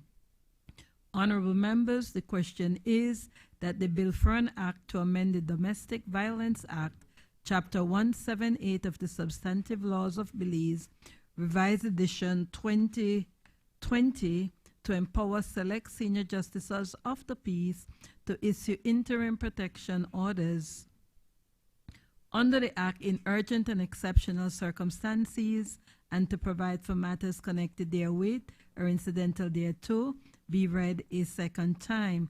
All those in favor kindly say aye. Those against kindly say no. The ayes have it.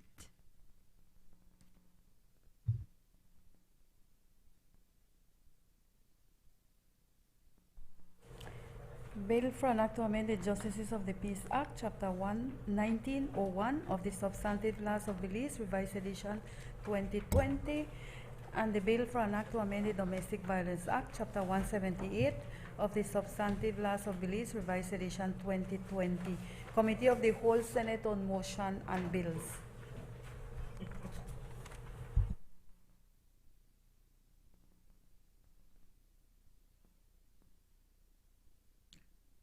Honorable members, in accordance with Standing Order 68A, the Senate will now resolve itself into the Constitution and Foreign Affairs Committee, a committee of the whole Senate, to consider the motion referred to it, and thereafter, in accordance with Standing Order 54, the committee of the whole Senate to consider the bills that were read a second time.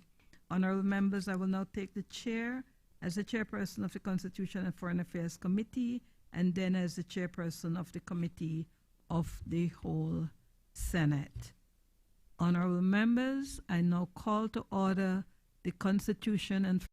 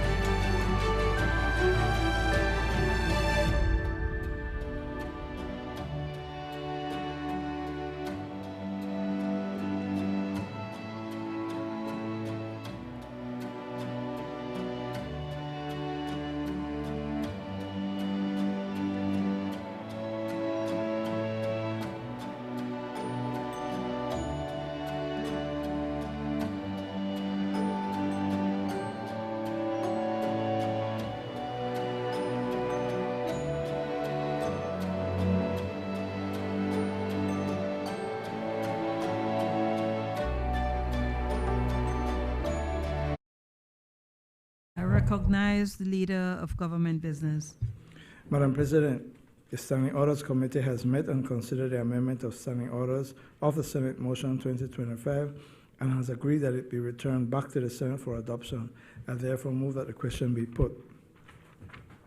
Honorable members, the question is now therefore be it resolved that this Honorable Senate approves the amendment to the standing orders proposed in the draft statutory instrument annexed hereto, and the standing orders of the Senate shall be and hereby amended accordingly. All those in favor kindly say aye. Those against kindly say no. The ayes have it. I recognize the Leader of Government Business. Madam President, the Constitution and Foreign Affairs Committee has met and considered a resolution to adopt the parliamentary logo for the National Assembly of Belize Motion 2025 and has agreed that it be returned back to the Senate for adoption. I therefore move that the question be put. Honorable members, the question is now therefore be it resolved that this Honorable Senate adopts the logo next to this motion to be designated as the official parliamentary logo of the National Assembly of Belize. All those in favor, kindly say aye. Those against, kindly say no. I think the ayes have it. Honorable members, the question is and be it further resolved that the Clerk of the National Assembly shall be responsible for the management, safeguarding, and authorized use of the parliamentary logo. All those in favor, kindly say aye. Those against, kindly say no. The ayes have it. Reporting on third reading of bills. I recognize the Leader of Government Business. Madam President, I rise to report that the Committee of the Whole Senate has considered the Gaming and Lotteries Control Bill 2025, the Justices of the Peace Amendment Bill 2025, and the Domestic Violence Amendment Bill 2025, and passed them without amendment. I now move that the bills be read a third time. Honorable members, the question is that the bill for an act to repeal, replace, and consolidate the Gambling Prevention Act, Chapter 109 of the Substantive Laws of Belize, Revised Edition 2020, the Computer Wagering License Act, Chapter 149 of the Substantive Laws of Belize, Revised Edition 2020, the Lotteries Control Act, Chapter 151 of the Substantive Laws of Belize, Revised Edition 2020, and the Gaming Control Act, Chapter 152 of the Substantive Laws of Belize, Revised Edition 2020, and to provide for matters connected therewith or incidental thereto, be read a third time with amendments. Honorable members, the question is that the bill for an act to amend the Justices of the Peace Act, Chapter 11901 of the Substantive Laws of Belize, Revised Edition 2020, to empower select senior justices of the peace to issue interim protection orders under the Domestic Violence Act, Chapter 178 of the Substantive Laws of Belize, Revised Edition 2020, in urgent and exceptional circumstances, and to provide for matters connected therewith or incidental thereto, be read a third time. Honorable members, the question is that the bill for an act to amend the Domestic Violence Act, Chapter 178 of the Substantive Laws of Belize, Revised Edition 2020, to empower select senior justices of the peace to issue interim protection orders under the Act in urgent and exceptional circumstances, and to provide for matters connected therewith or incidental thereto, be read a third time. All those in favor, kindly say aye. Those against, kindly say no. The ayes have it. Bill for an act to amend the Gaming and Lotteries Control Bill 2025, the Justices of the Peace Amendment Bill 2025, and the Domestic Violence Amendment Bill 2025. Madam President, I move that the Senate do now adjourn. But before that, Madam President, allow me on behalf of Senators, the government bench, to thank yourself and members of the staff of the National Assembly for the support that they have given to the Senate for this parliamentary session. The session goes into recess tomorrow. They have gone beyond the call of duty, and in fact,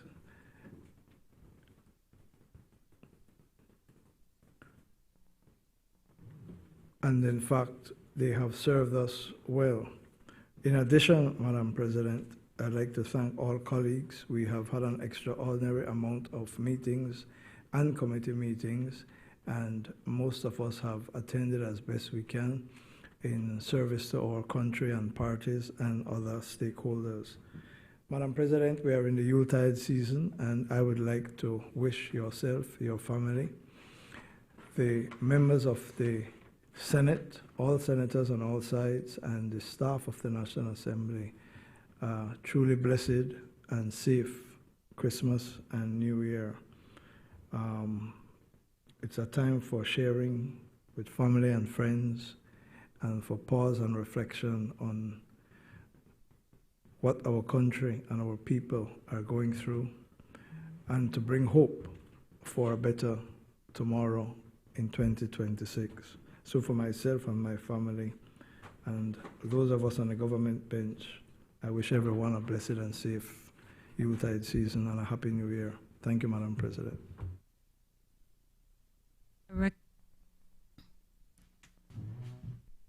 Sorry, Madam President, I thought you were giving members an opportunity to wish Yuletide first. Well, you do. You had asked to speak on the adjournment. Yes. Or we can proceed with the Yuletide and then you speak.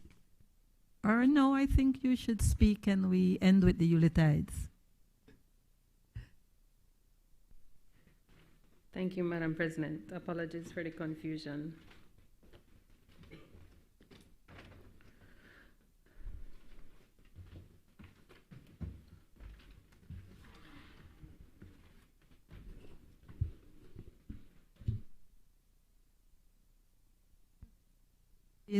Senator Chanola. Thank you. Well, colleagues, let me begin as well by wishing you and your loved ones, as colleagues, as co-workers with the staff, behind the scenes, but you are seen looking right at Ms. Udice as representative. But please accept my best wishes for a blessed and happy time with your family, and may you find the joy that the season promises through our Savior. But colleagues, I would like to raise with you while we celebrate, because I know, as was referenced in to other legislation, there will be lots of imbibing happening, and whether that's rompopo or beer or just water, it will include water. And I wanted to speak to amplify the need for a multi-agency management authority for the Chiquibull ecosystem. And as you will see, it has a lot to do with water. I've had the privilege to witness some of the wonders of the Chiquibull with my own eyes. And I say that having seen some of it, I reiterate that all Belizeans deserve an opportunity to experience the awe of these natural features and the incredible wealth of the biodiversity of these ecosystems. And I give credit immediately to the media for more than one occasion of going into this ecosystem and to try to bring that reality of the special place into everybody's homes, everybody's living rooms. Because these invaluable contributions deserve to be in the headlines because of their contributions to everyone's life. Getting there is arduous, Madam President. It's something you can't describe easily. It's a sense of isolation that you have to feel to believe. But as disconnected as you feel there, and there is a freedom in that, it also hits home and gets into all the feels, as the young people says, because of the significance of this place to our lives, and we don't even know it, most of us, until we find out about it. Significant because this Chiquibull is the source of the Belize River watershed, meaning all the water that we use and drink here in Belmopan, in Belize City, and in dozens of rural communities along the river, directly and daily depend on the protection and conservation efforts of the Chiquibull. And as I said, that includes the water for soft drink, beer, everything. There's a lot we can live without, Madam President, but water is not one of them. So the protection, regulation, and overall governance of this protected area is tantamount to national security. And it is why we ask all members to support national efforts to create a multi-agency management authority for the Chiquibull. It is a false narrative that governance must be binary. Only this one, only that one, only NGOs, only private companies. We reject that entirely. As a nation, we must resolve to ensure that any shifts in our governance and regulations of areas such as the Chiquibull must be grounded in clarity, must ensure accountability and transparency, and must serve the best interests of the ecosystems, because that's in the nation's best interests. To frame this position, Madam President and members, I'll beg your indulgence in letting me take you on a little journey, a journey in the day of the life of a ranger of the Friends for Conservation and Development, alongside the Belize Defense Force members to protect the Chiquibull. And if there was ever a dynamic duo, these two forces, one of nature and one of military dedication, is truly a valued and respected partnership. It's June, and there's a roar of a tractor's engine, an old tractor, mind you, so you know that loud. And then there's a scene, more than 22 men moving to and fro, loading up heavy bundles and all sorts and shapes of items into a trailer. Most of the load is food, and it's everything they'll need for the next 17 days. And then at the word, the men are scampering to get onto the tractor, which they've nicknamed Jumping Viper, and into the trailer. There's lots of deep breaths, but there's quiet resolve. Deep breaths because this is going to be the start of a very long, very bumpy 7-hour ride. And the hard truth is, there's no soft place on that John Deere tractor to get a comfortable position or seat. Their destination is Ceibo Chico, and the track is going to be extremely muddy. It's inhospitable terrain, and it's located 30 miles away at the foothills of the Chiquibull Maya Mountains. These are the areas that bring the term rainforest to life. And it's wet because this is where the Belize River starts. But today, the men aren't worried about getting wet. They have two goals in mind. One is to detain Guatemalan gold panners from operating illegally in this vast wilderness, because recent studies and maps have shown that Guatemalans have disrupted over 200 acres of the riverbank as they look for gold nuggets. Another team will head to the Rio Blanco and will be cutting cattle fences. Cattle owned by a Guatemalan family is situated and operating inside Belize's adjacency zone. The rangers and soldiers are the first to witness the immediate impacts of this activity. The murky water rolling down the mountains. The water should be clear, it shouldn't be contaminated. There shouldn't be any cattle here. And the men can only look on knowing that eventually this contaminated water will arrive to the villages, towns, and soon Belize City, all downstream.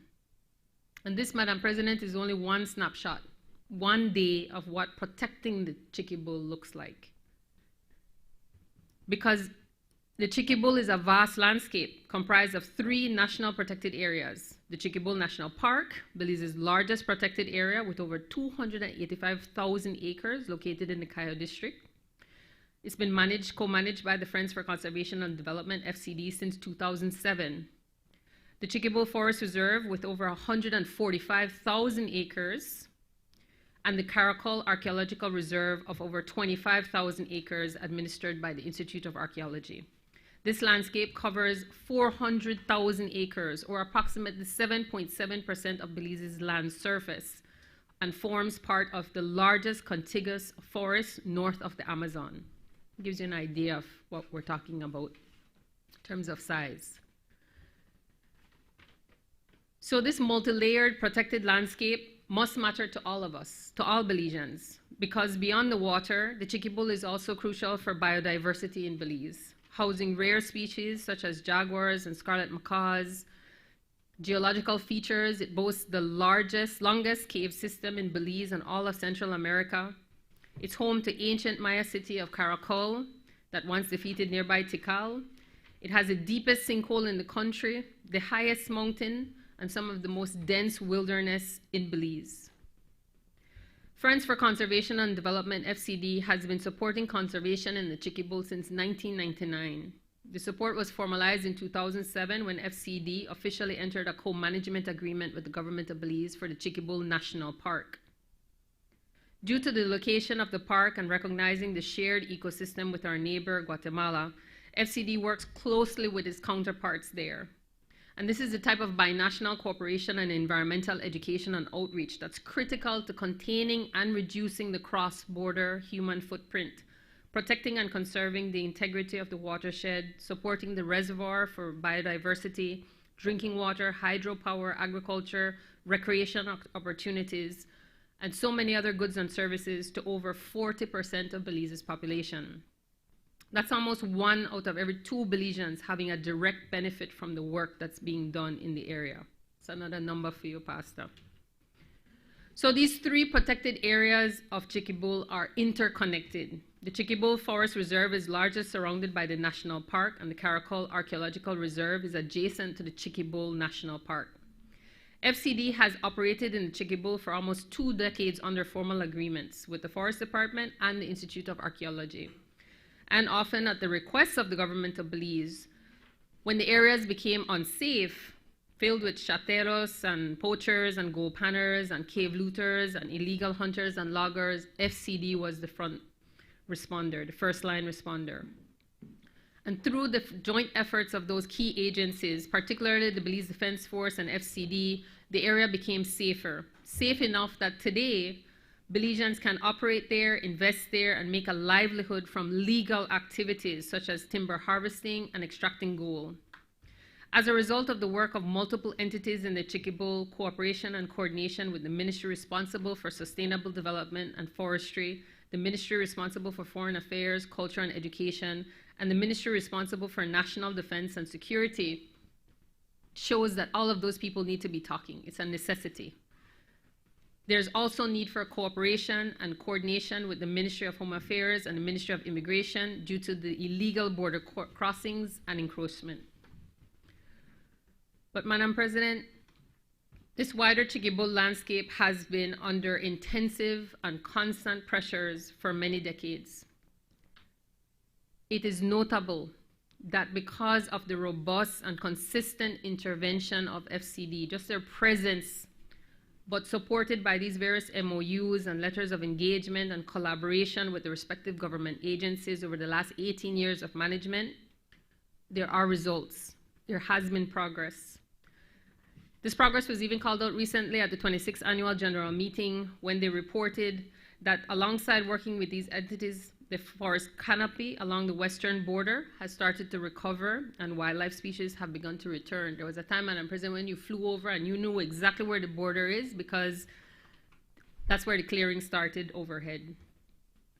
And as this forest cover has recovered and the species have returned, there is a sense of security and stability returning to the Chiquibowl.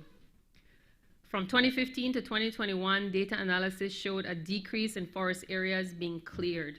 The rate of clearing remained stable from 2021 to 2023, showed a slight increase in 2024 to this year. The cumulative forest cleared for 2024 in the Chiquibowl National Park and Caracol amounted to approximately 4,848.76 acres, representing a 52% reduction from 2015. The white-lipped peccary that was rapidly becoming locally extinct in the Chiquibowl now appears to be regaining its natural territory. They've documented a herd of more than 80 individuals, and they're seeing them frequently. The activities of these architects of the forest are responsible for forest regeneration and health that are necessary to protect the Belize River headwaters.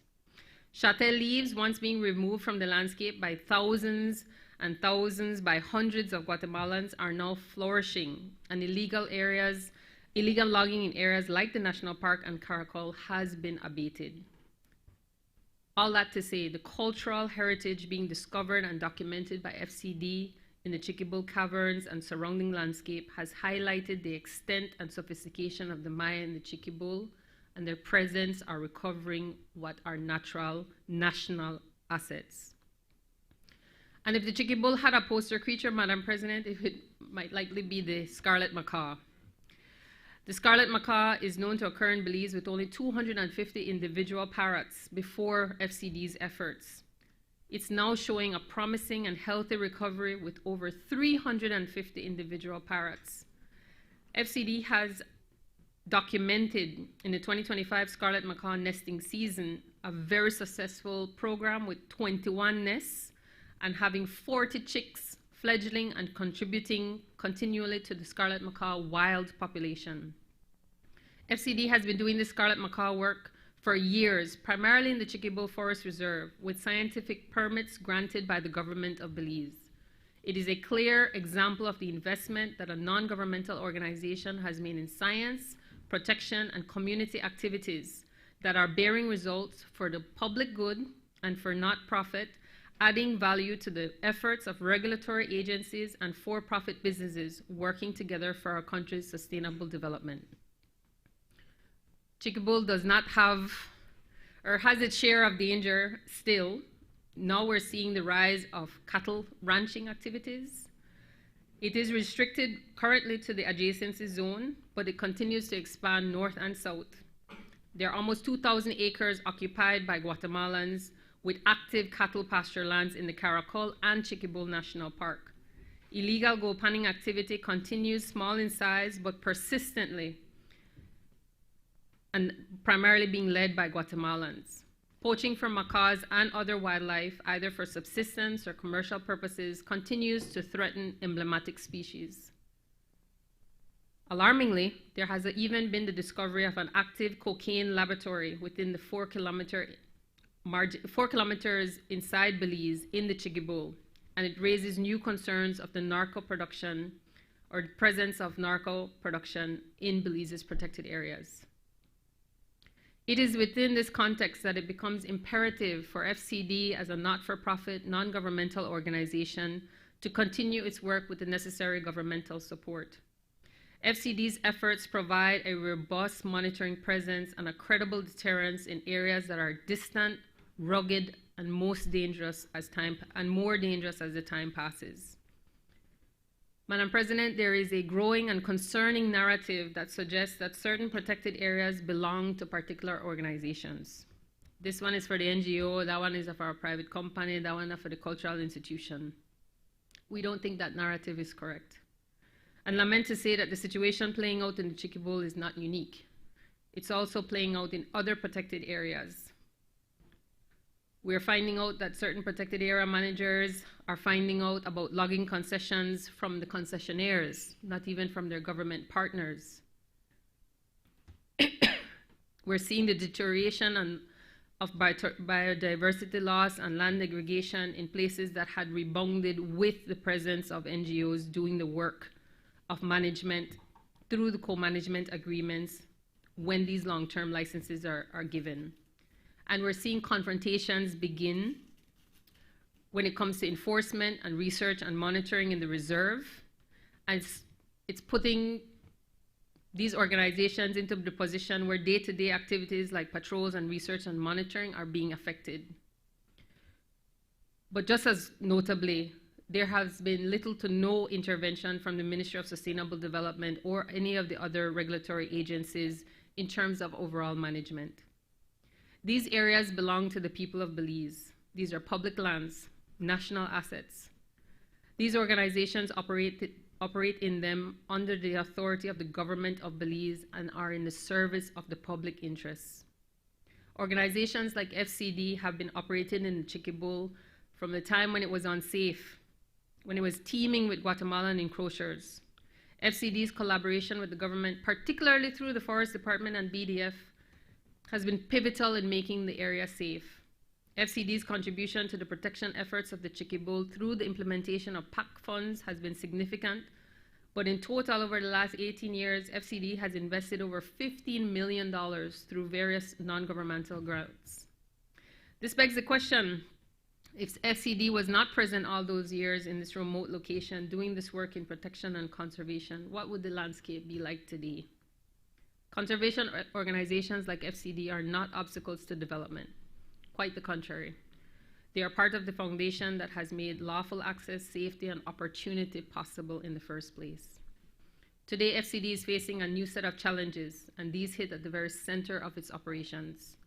FCD's personnel are being barred from reaching their locations of work, and the organization's activities are being restricted.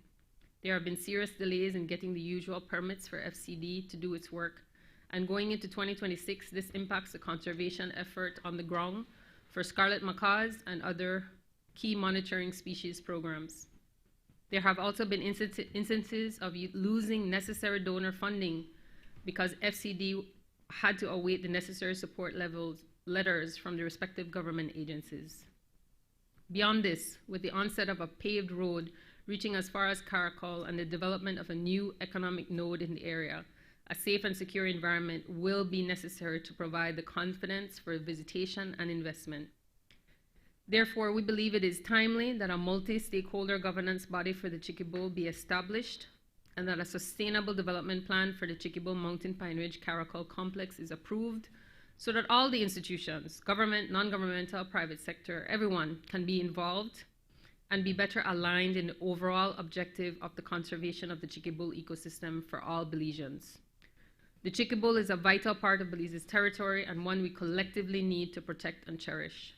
We therefore ask for the government's and everybody's support for FCD, a 26-year-old nonprofit, non-governmental organization with a proven track record for protecting this vital ecosystem and the buffer areas for present and future generations of Belizeans, and the call for a multi-agency management authority to properly oversee the management of the area with the necessary government, non-governmental, and private sector representatives. The role in the FCD in the Chiquibull complex is necessary. Pressures and threats are taking new forms. And when that happens, Madam President, it will not be a loss for one organization. It will be a catastrophic loss for all Belizeans. I commend this to the Senate. Thank you. I recognize Senator Patrick Farber. With your indulgence, Madam Speaker, Madam President, we ask for clarification on the matter of speaking on the adjournment. I'm not sure under which standing order Senator Chanona made her intervention, but I'm told that our colleague, Senator Gabriel, sought to speak on the adjournment under 11.2 and is being denied, even though he submitted his request to do so well in advance of the time. And I think he's saying that the response is that he's not able to speak because a minister who would respond or who would authorize a response would not have the opportunity to do so today. And I think that is unacceptable.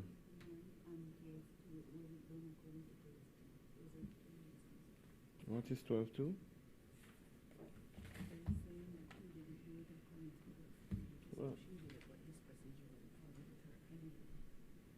Well, 12.2 to me speaks to a different thing. So maybe first, can you clarify, Madam President, under which of the standing orders Senator Chanona was allowed to intervene, and then can you shed some light on what happened with the request with Senator Zatina? Sure, Senator Farber. Let me say that Senator Chanona's request came under Standing Order 12, 2 specifically, and under Standing Order 12.2, it says a senator who wishes to ask leave to move the adjournment of the Senate for the purpose of discussing a definite matter of urgent public importance shall, before the commencement of the sitting, hand to the President a written notification of the matter which he wishes to discuss. The President shall refuse to allow the claim unless he is satisfied. I'm glad we are changing these he to he or she, but he is satisfied, A, that the matter is definite, that the matter is urgent, that the matter is of public importance, and that the matter may properly be raised on a motion for the adjournment of the Senate. And so Senator Chanona made such a request, and that request was granted. As it relates to the request of Senator Zatina, that request was made under Standing Order 11.2, which is a separate um, standing order, which has its own criteria. If I can speak to the request, it asks that pursuant to Standing Order 11.2, leave to move on the adjournment, and it speaks of a definite matter of urgent public importance. And if you note that definite urgent matter of urgent public importance come on the 12.2, not 11.2. But on the 11.2, there are also some criteria. Today, when I looked at the requests, and I typically grant requests once they are in order. The request was sent Friday the 12th at 9 p.m. in the evening. If I can speak to 11.2, it says, upon any motion that the Senate do now adjourn, moved by a minister or senator responsible for government business under the preceding paragraph, 6 standing order, and I will just excuse that part. Any matter for which the cabinet is responsible may be raised by any senator who has obtained the right to do so on that day, and the minister responsible for the matter raised, or in his absence, any other senator to whom such responsibility has been delegated by the minister shall reply. Thereafter, if time permits and it continues, another senator can continue. At subsection 3, it speaks to the senator who raised the matter. Under 2, at a particular sitting shall give notice of the matter in writing for transmission to the president not less than 2 days. And we interpret 2 days to be 2 business days before the sitting concerned, and the clerk shall also transmit a notice, copy of the notice to the appropriate minister and the senator responsible for government business, and subject to giving such notice, the right to raise matter shall be allotted for each sitting through the arrangements as the president may make. The reasoning for it then is that it was not done on the 12.2, it was done on the 11.2. It has to be done 2 days before. And once that request comes in, we will then convey it to the appropriate minister, who will then delegate to a senator the response. So I encourage Senator Zetina that we can look at this for the next sitting once it meets the timeline.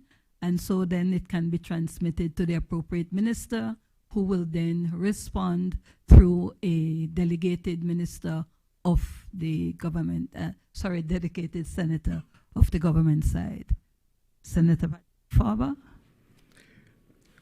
Guided by your response, Madam President, however, I am told by Senator Zetina that the guidance for him to submit on the 11.2 was given by the clerk. That's what he's saying. And then if we are to look at 12.2, and if we're to, we're not trying to make any problems for the position of Senator Chanona on the Chicky Bull. That is a matter that I think is very important, and so please don't consider it to be any kind of affront to that. But my read of 12.2 suggests that once Madam President is satisfied, there has to be support from other members, at least 2 other members of the Senate, or the entire Senate, for the matter to be presented, and that certainly was not done just now. So we're trying to understand, this is much different from what happens in the House, but I'm trying to understand what is the proper process here. And do you get the same reading, Madam President, that 12.2, or it would be 12.3, if the President is so satisfied, and either leave of the Senate is given or it is not given, at least 2 senators by rising indicate that they support? Thank you. I take but again, we have had similar situations in the previous parliamentary session, and the interpretation that I had received and which I complied with, once that the President is satisfied, and it lists the areas by which it is satisfied, then the president can move to having the senator make their presentation. That can apply as well to any senator. In this particular case, be mindful that the request was made on the 11-2. If Senator Zetina had applied on the 12-2, then it would not have gone to the minister in particular, and for him or her to delegate that responsibility of response to another senator. Now, there is absolutely nothing wrong with the clerk, in my mind, advising of 11-2. However, be mindful that there is also a timeline which we have to meet, because under 11-2, which is different from 12-2, 11-2 requires it to go to a minister, so you also have to give that minister the time to respond. And so in this particular case, we had a timeline in which to meet. I saw the email this morning, actually, and I spoke to the clerk about it. So the advice is not wrong. It is just looking at it at a timeline. And as I've said, I do take the point of Senator Zetina wishing to bring up the matter of the Holchan. So I'm going to ask Senator Zetina that for us to look at this request, it will now meet the timeline. We will forward it to the minister, so at our next sitting, you'll be able to make that representation. And the designated minister will then be able to, the minister will be able to delegate that responsibility to a senator, either the leader of government business or another senator, for them to respond. Senator Faber, I wish for those Yuletide greetings now. Almost, Madam President, guided by what you've said, but also Senator Zetina did not receive a response. In fact, he did not realize that he would not be allowed to speak until just now when Senator Chanona got up. I think the proper thing to have happened was that would have been for him to have been informed that he didn't meet the deadline, and then if he wanted to present it on the 12-2, he would have been able to. Understanding he would not have gotten a response from the minister, he could have at least brought the matter for it to be sensitized since... Sorry?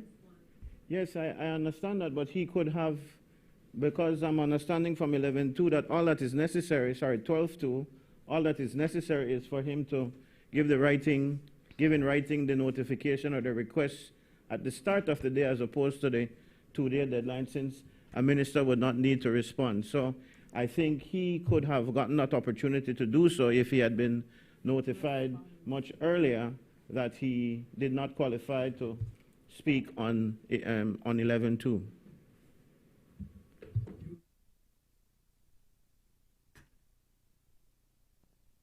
I will say it's a learning process, and it does not in any way take away the right of Senator Zetina to speak on the matter, which we will be able to do at the next sitting, since that request has already come in. Father, Yuletide greetings. Only to say before I do, Madam, that the next meeting is probably going to be in February at some point, and by that time, I think the matter may not be as timely as it is now, but we are guided by your decision. Madam President, I join with my colleague, the Leader of Government Business, first of all to congratulate the staff of the National Assembly and wish them a very Merry Christmas and Happy New Year. I believe fully that the staff under the leadership of our clerk has been stellar. I think the level of professionalism and the level of service that and you know, I've been here in the Parliament for a long time, 23 years, so I can say without any flinching that it is stellar service, and it is probably the best that I have experienced. So I wish them in particular a very Merry Christmas and Happy New Year. I join with my colleague as well, Madam President, to wish all members of the Senate all members of the House of Representatives, all members of the Cabinet and the wider government and people, but in particularly you, Madam President. We wish you well as you celebrate the Yuletide and as you start a new year. While I congratulate the staff, I believe a lot of what I have learned over the few months that I have been here can be attributed to the level of professionalism and the willingness on the part of members in this chamber and yourself, the leadership of you as President, that is in no small part responsible for much of my quick induction to what goes on here at the Senate. And as I've said to you in private conversation, I'm beginning to like this. I think it is, I think it is in some ways leaps and bounds above what goes on at the lower house. So with that, Madam President, I wish you and all members a Merry Christmas and a happy and prosperous 2026. Thank you. I recognize Senator Pastor Louis Wade. Thank you very much. This is one of our high seasons in the church and in the calendar of the church. And what a wonderful time it is when the angels announced 2,000 years ago, peace on earth, goodwill towards men. Goodwill, and I have experienced just a few months in this chamber, and I must say that I appreciate the experience, the dialogue, the debates, etc. And I always feel accomplished when we leave this place, that we are doing things in the best interests of the people of Belize. And I look forward in the new year to continue working with all sides to make Belize a better place. Especially this morning, for example, the camaraderie and the goodwill that we saw when we were able to speak with the engineer and get a better understanding of how things run in that area. It blesses my heart. There is more for our nation, and as we work together peacefully and with goodwill, certainly we will build a nation that our children can enjoy. This Senate goes on break, but it is the time when pastors, priests, and bishops work the hardest. So we don't go on. Actually, in our own denomination, there is a rule that says no one can take holiday during this time. So these are times when the clergy work the hardest. So I want to encourage them and thank clergy across the nation of Belize for the work that they do towards peace and goodwill.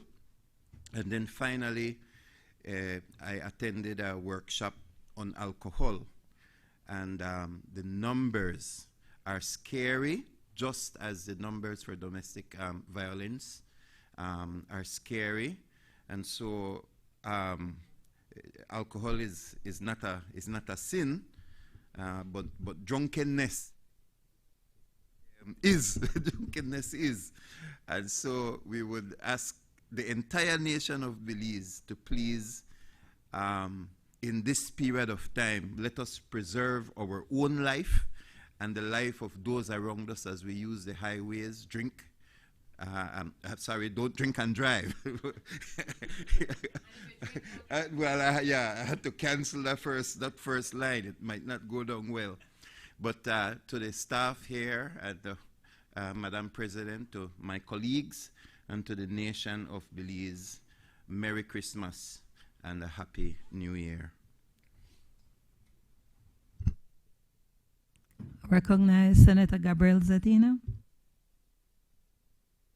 Thank you, Madam President. I also want to join my colleague, the lead senator of opposition, Honorable Patrick Favre, to wish the clerk and her entire staff a Merry Christmas. I just want you guys to know that I appreciate all the help that you guys have rendered to me, especially coming from San Pedro. It's no easy task And also being new to this National Assembly, I have quickly learned to know the ins and outs. So thank you guys for that. Thank you, Madam President.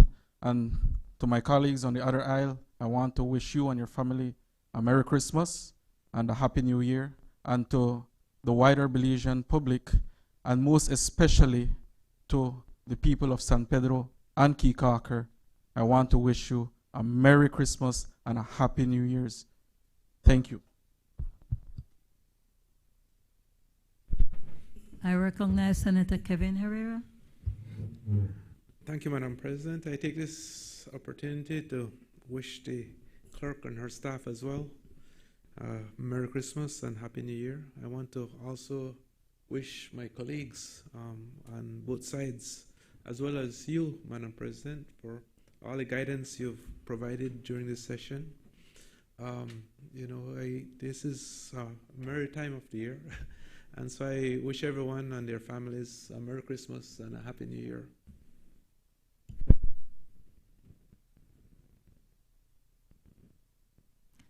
Senator Sheena Pitts. Thank you, Madam President. Let me take the opportunity, too, to associate myself both with Honorable Senator Courtney and Honorable Patrick Farber in extending Yuletide wishes to yourself, your good self, and the staff of the National Assembly. I must also state for myself that I find the staff does exceptionally well. I note that they even work beyond 5 p.m. So this is my little plug for them that they should be paid overtime. But yes, it definitely needs to be said to the staff of the National Assembly that we do see, feel, experience, and value your dedication to having us here, having us as prepared as we can be in the circumstances. And so I want to say thank you to them for that, and extend Yuletide greetings to all of them and their families. For those who are non-worshiping, enjoy the time off, and whatever meal may come your way. To my colleagues in this chamber, happy holidays to all of you and your family. Enjoy the merriment while remembering for those practicing Christians the reasons for the season. To the delegates of the United Democratic Party National Convention, I would like to take this opportunity to say to each and every one of them, happy holidays. You see, Madam President, during this time, whereas I would not go so far to say some of the very many things that practicing people do, I do take time to be grateful, and I am grateful for them who saw it fit to vote for me in the national to vote for me. So really and truly, I am grateful. I'm grateful for that. I'm grateful to my family, my base, my foundation, for putting forward the human being that I am, who was worthy of attracting support in the way I did. I thank Honorable Tracy Tega Panton. I thank my campaign manager.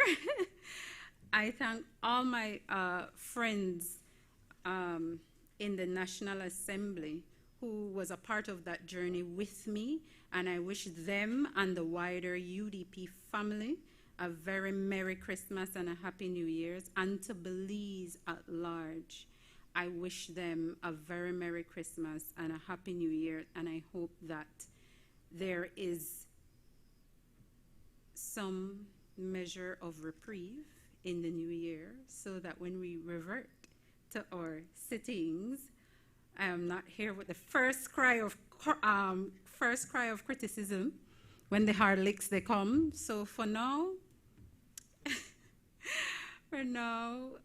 thank you for affording me the opportunity to speak to the nation and wishing them a very Merry Christmas. Let me correct. I was told that some persons were being directed to Honorable Panton and myself. They said, we got the money, UDP got the money, go to there for turkey and ham. No, it is those members of parliament who receive their Christmas cheer.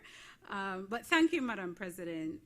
Happy holidays to all Belizeans. Was there anyone else who wished to lead a government business you wanted to? I was going to move that the Senate do now adjourn, Madam President. Honorable members, the question is that the Senate do now adjourn. But before I ask for all those in favor, I just want to say thanks to each and every one of you for the best wishes for the Yuletide greetings, and to each and every one of you, your family, and to the staff of the National Assembly. Thank you so much for all the support. As the President of the Senate, there's a lot that we are getting done, and there's a lot more that we will get done in 2026. It's always a place for learn, to network, and to grow. So I thank you all. So to each and every one of you, happy holidays. Honorable members, the question is that the Senate do now adjourn. All those in favor, kindly say aye. Those against, kindly say no. The ayes have it. The Senate now stands adjourned at 4:25.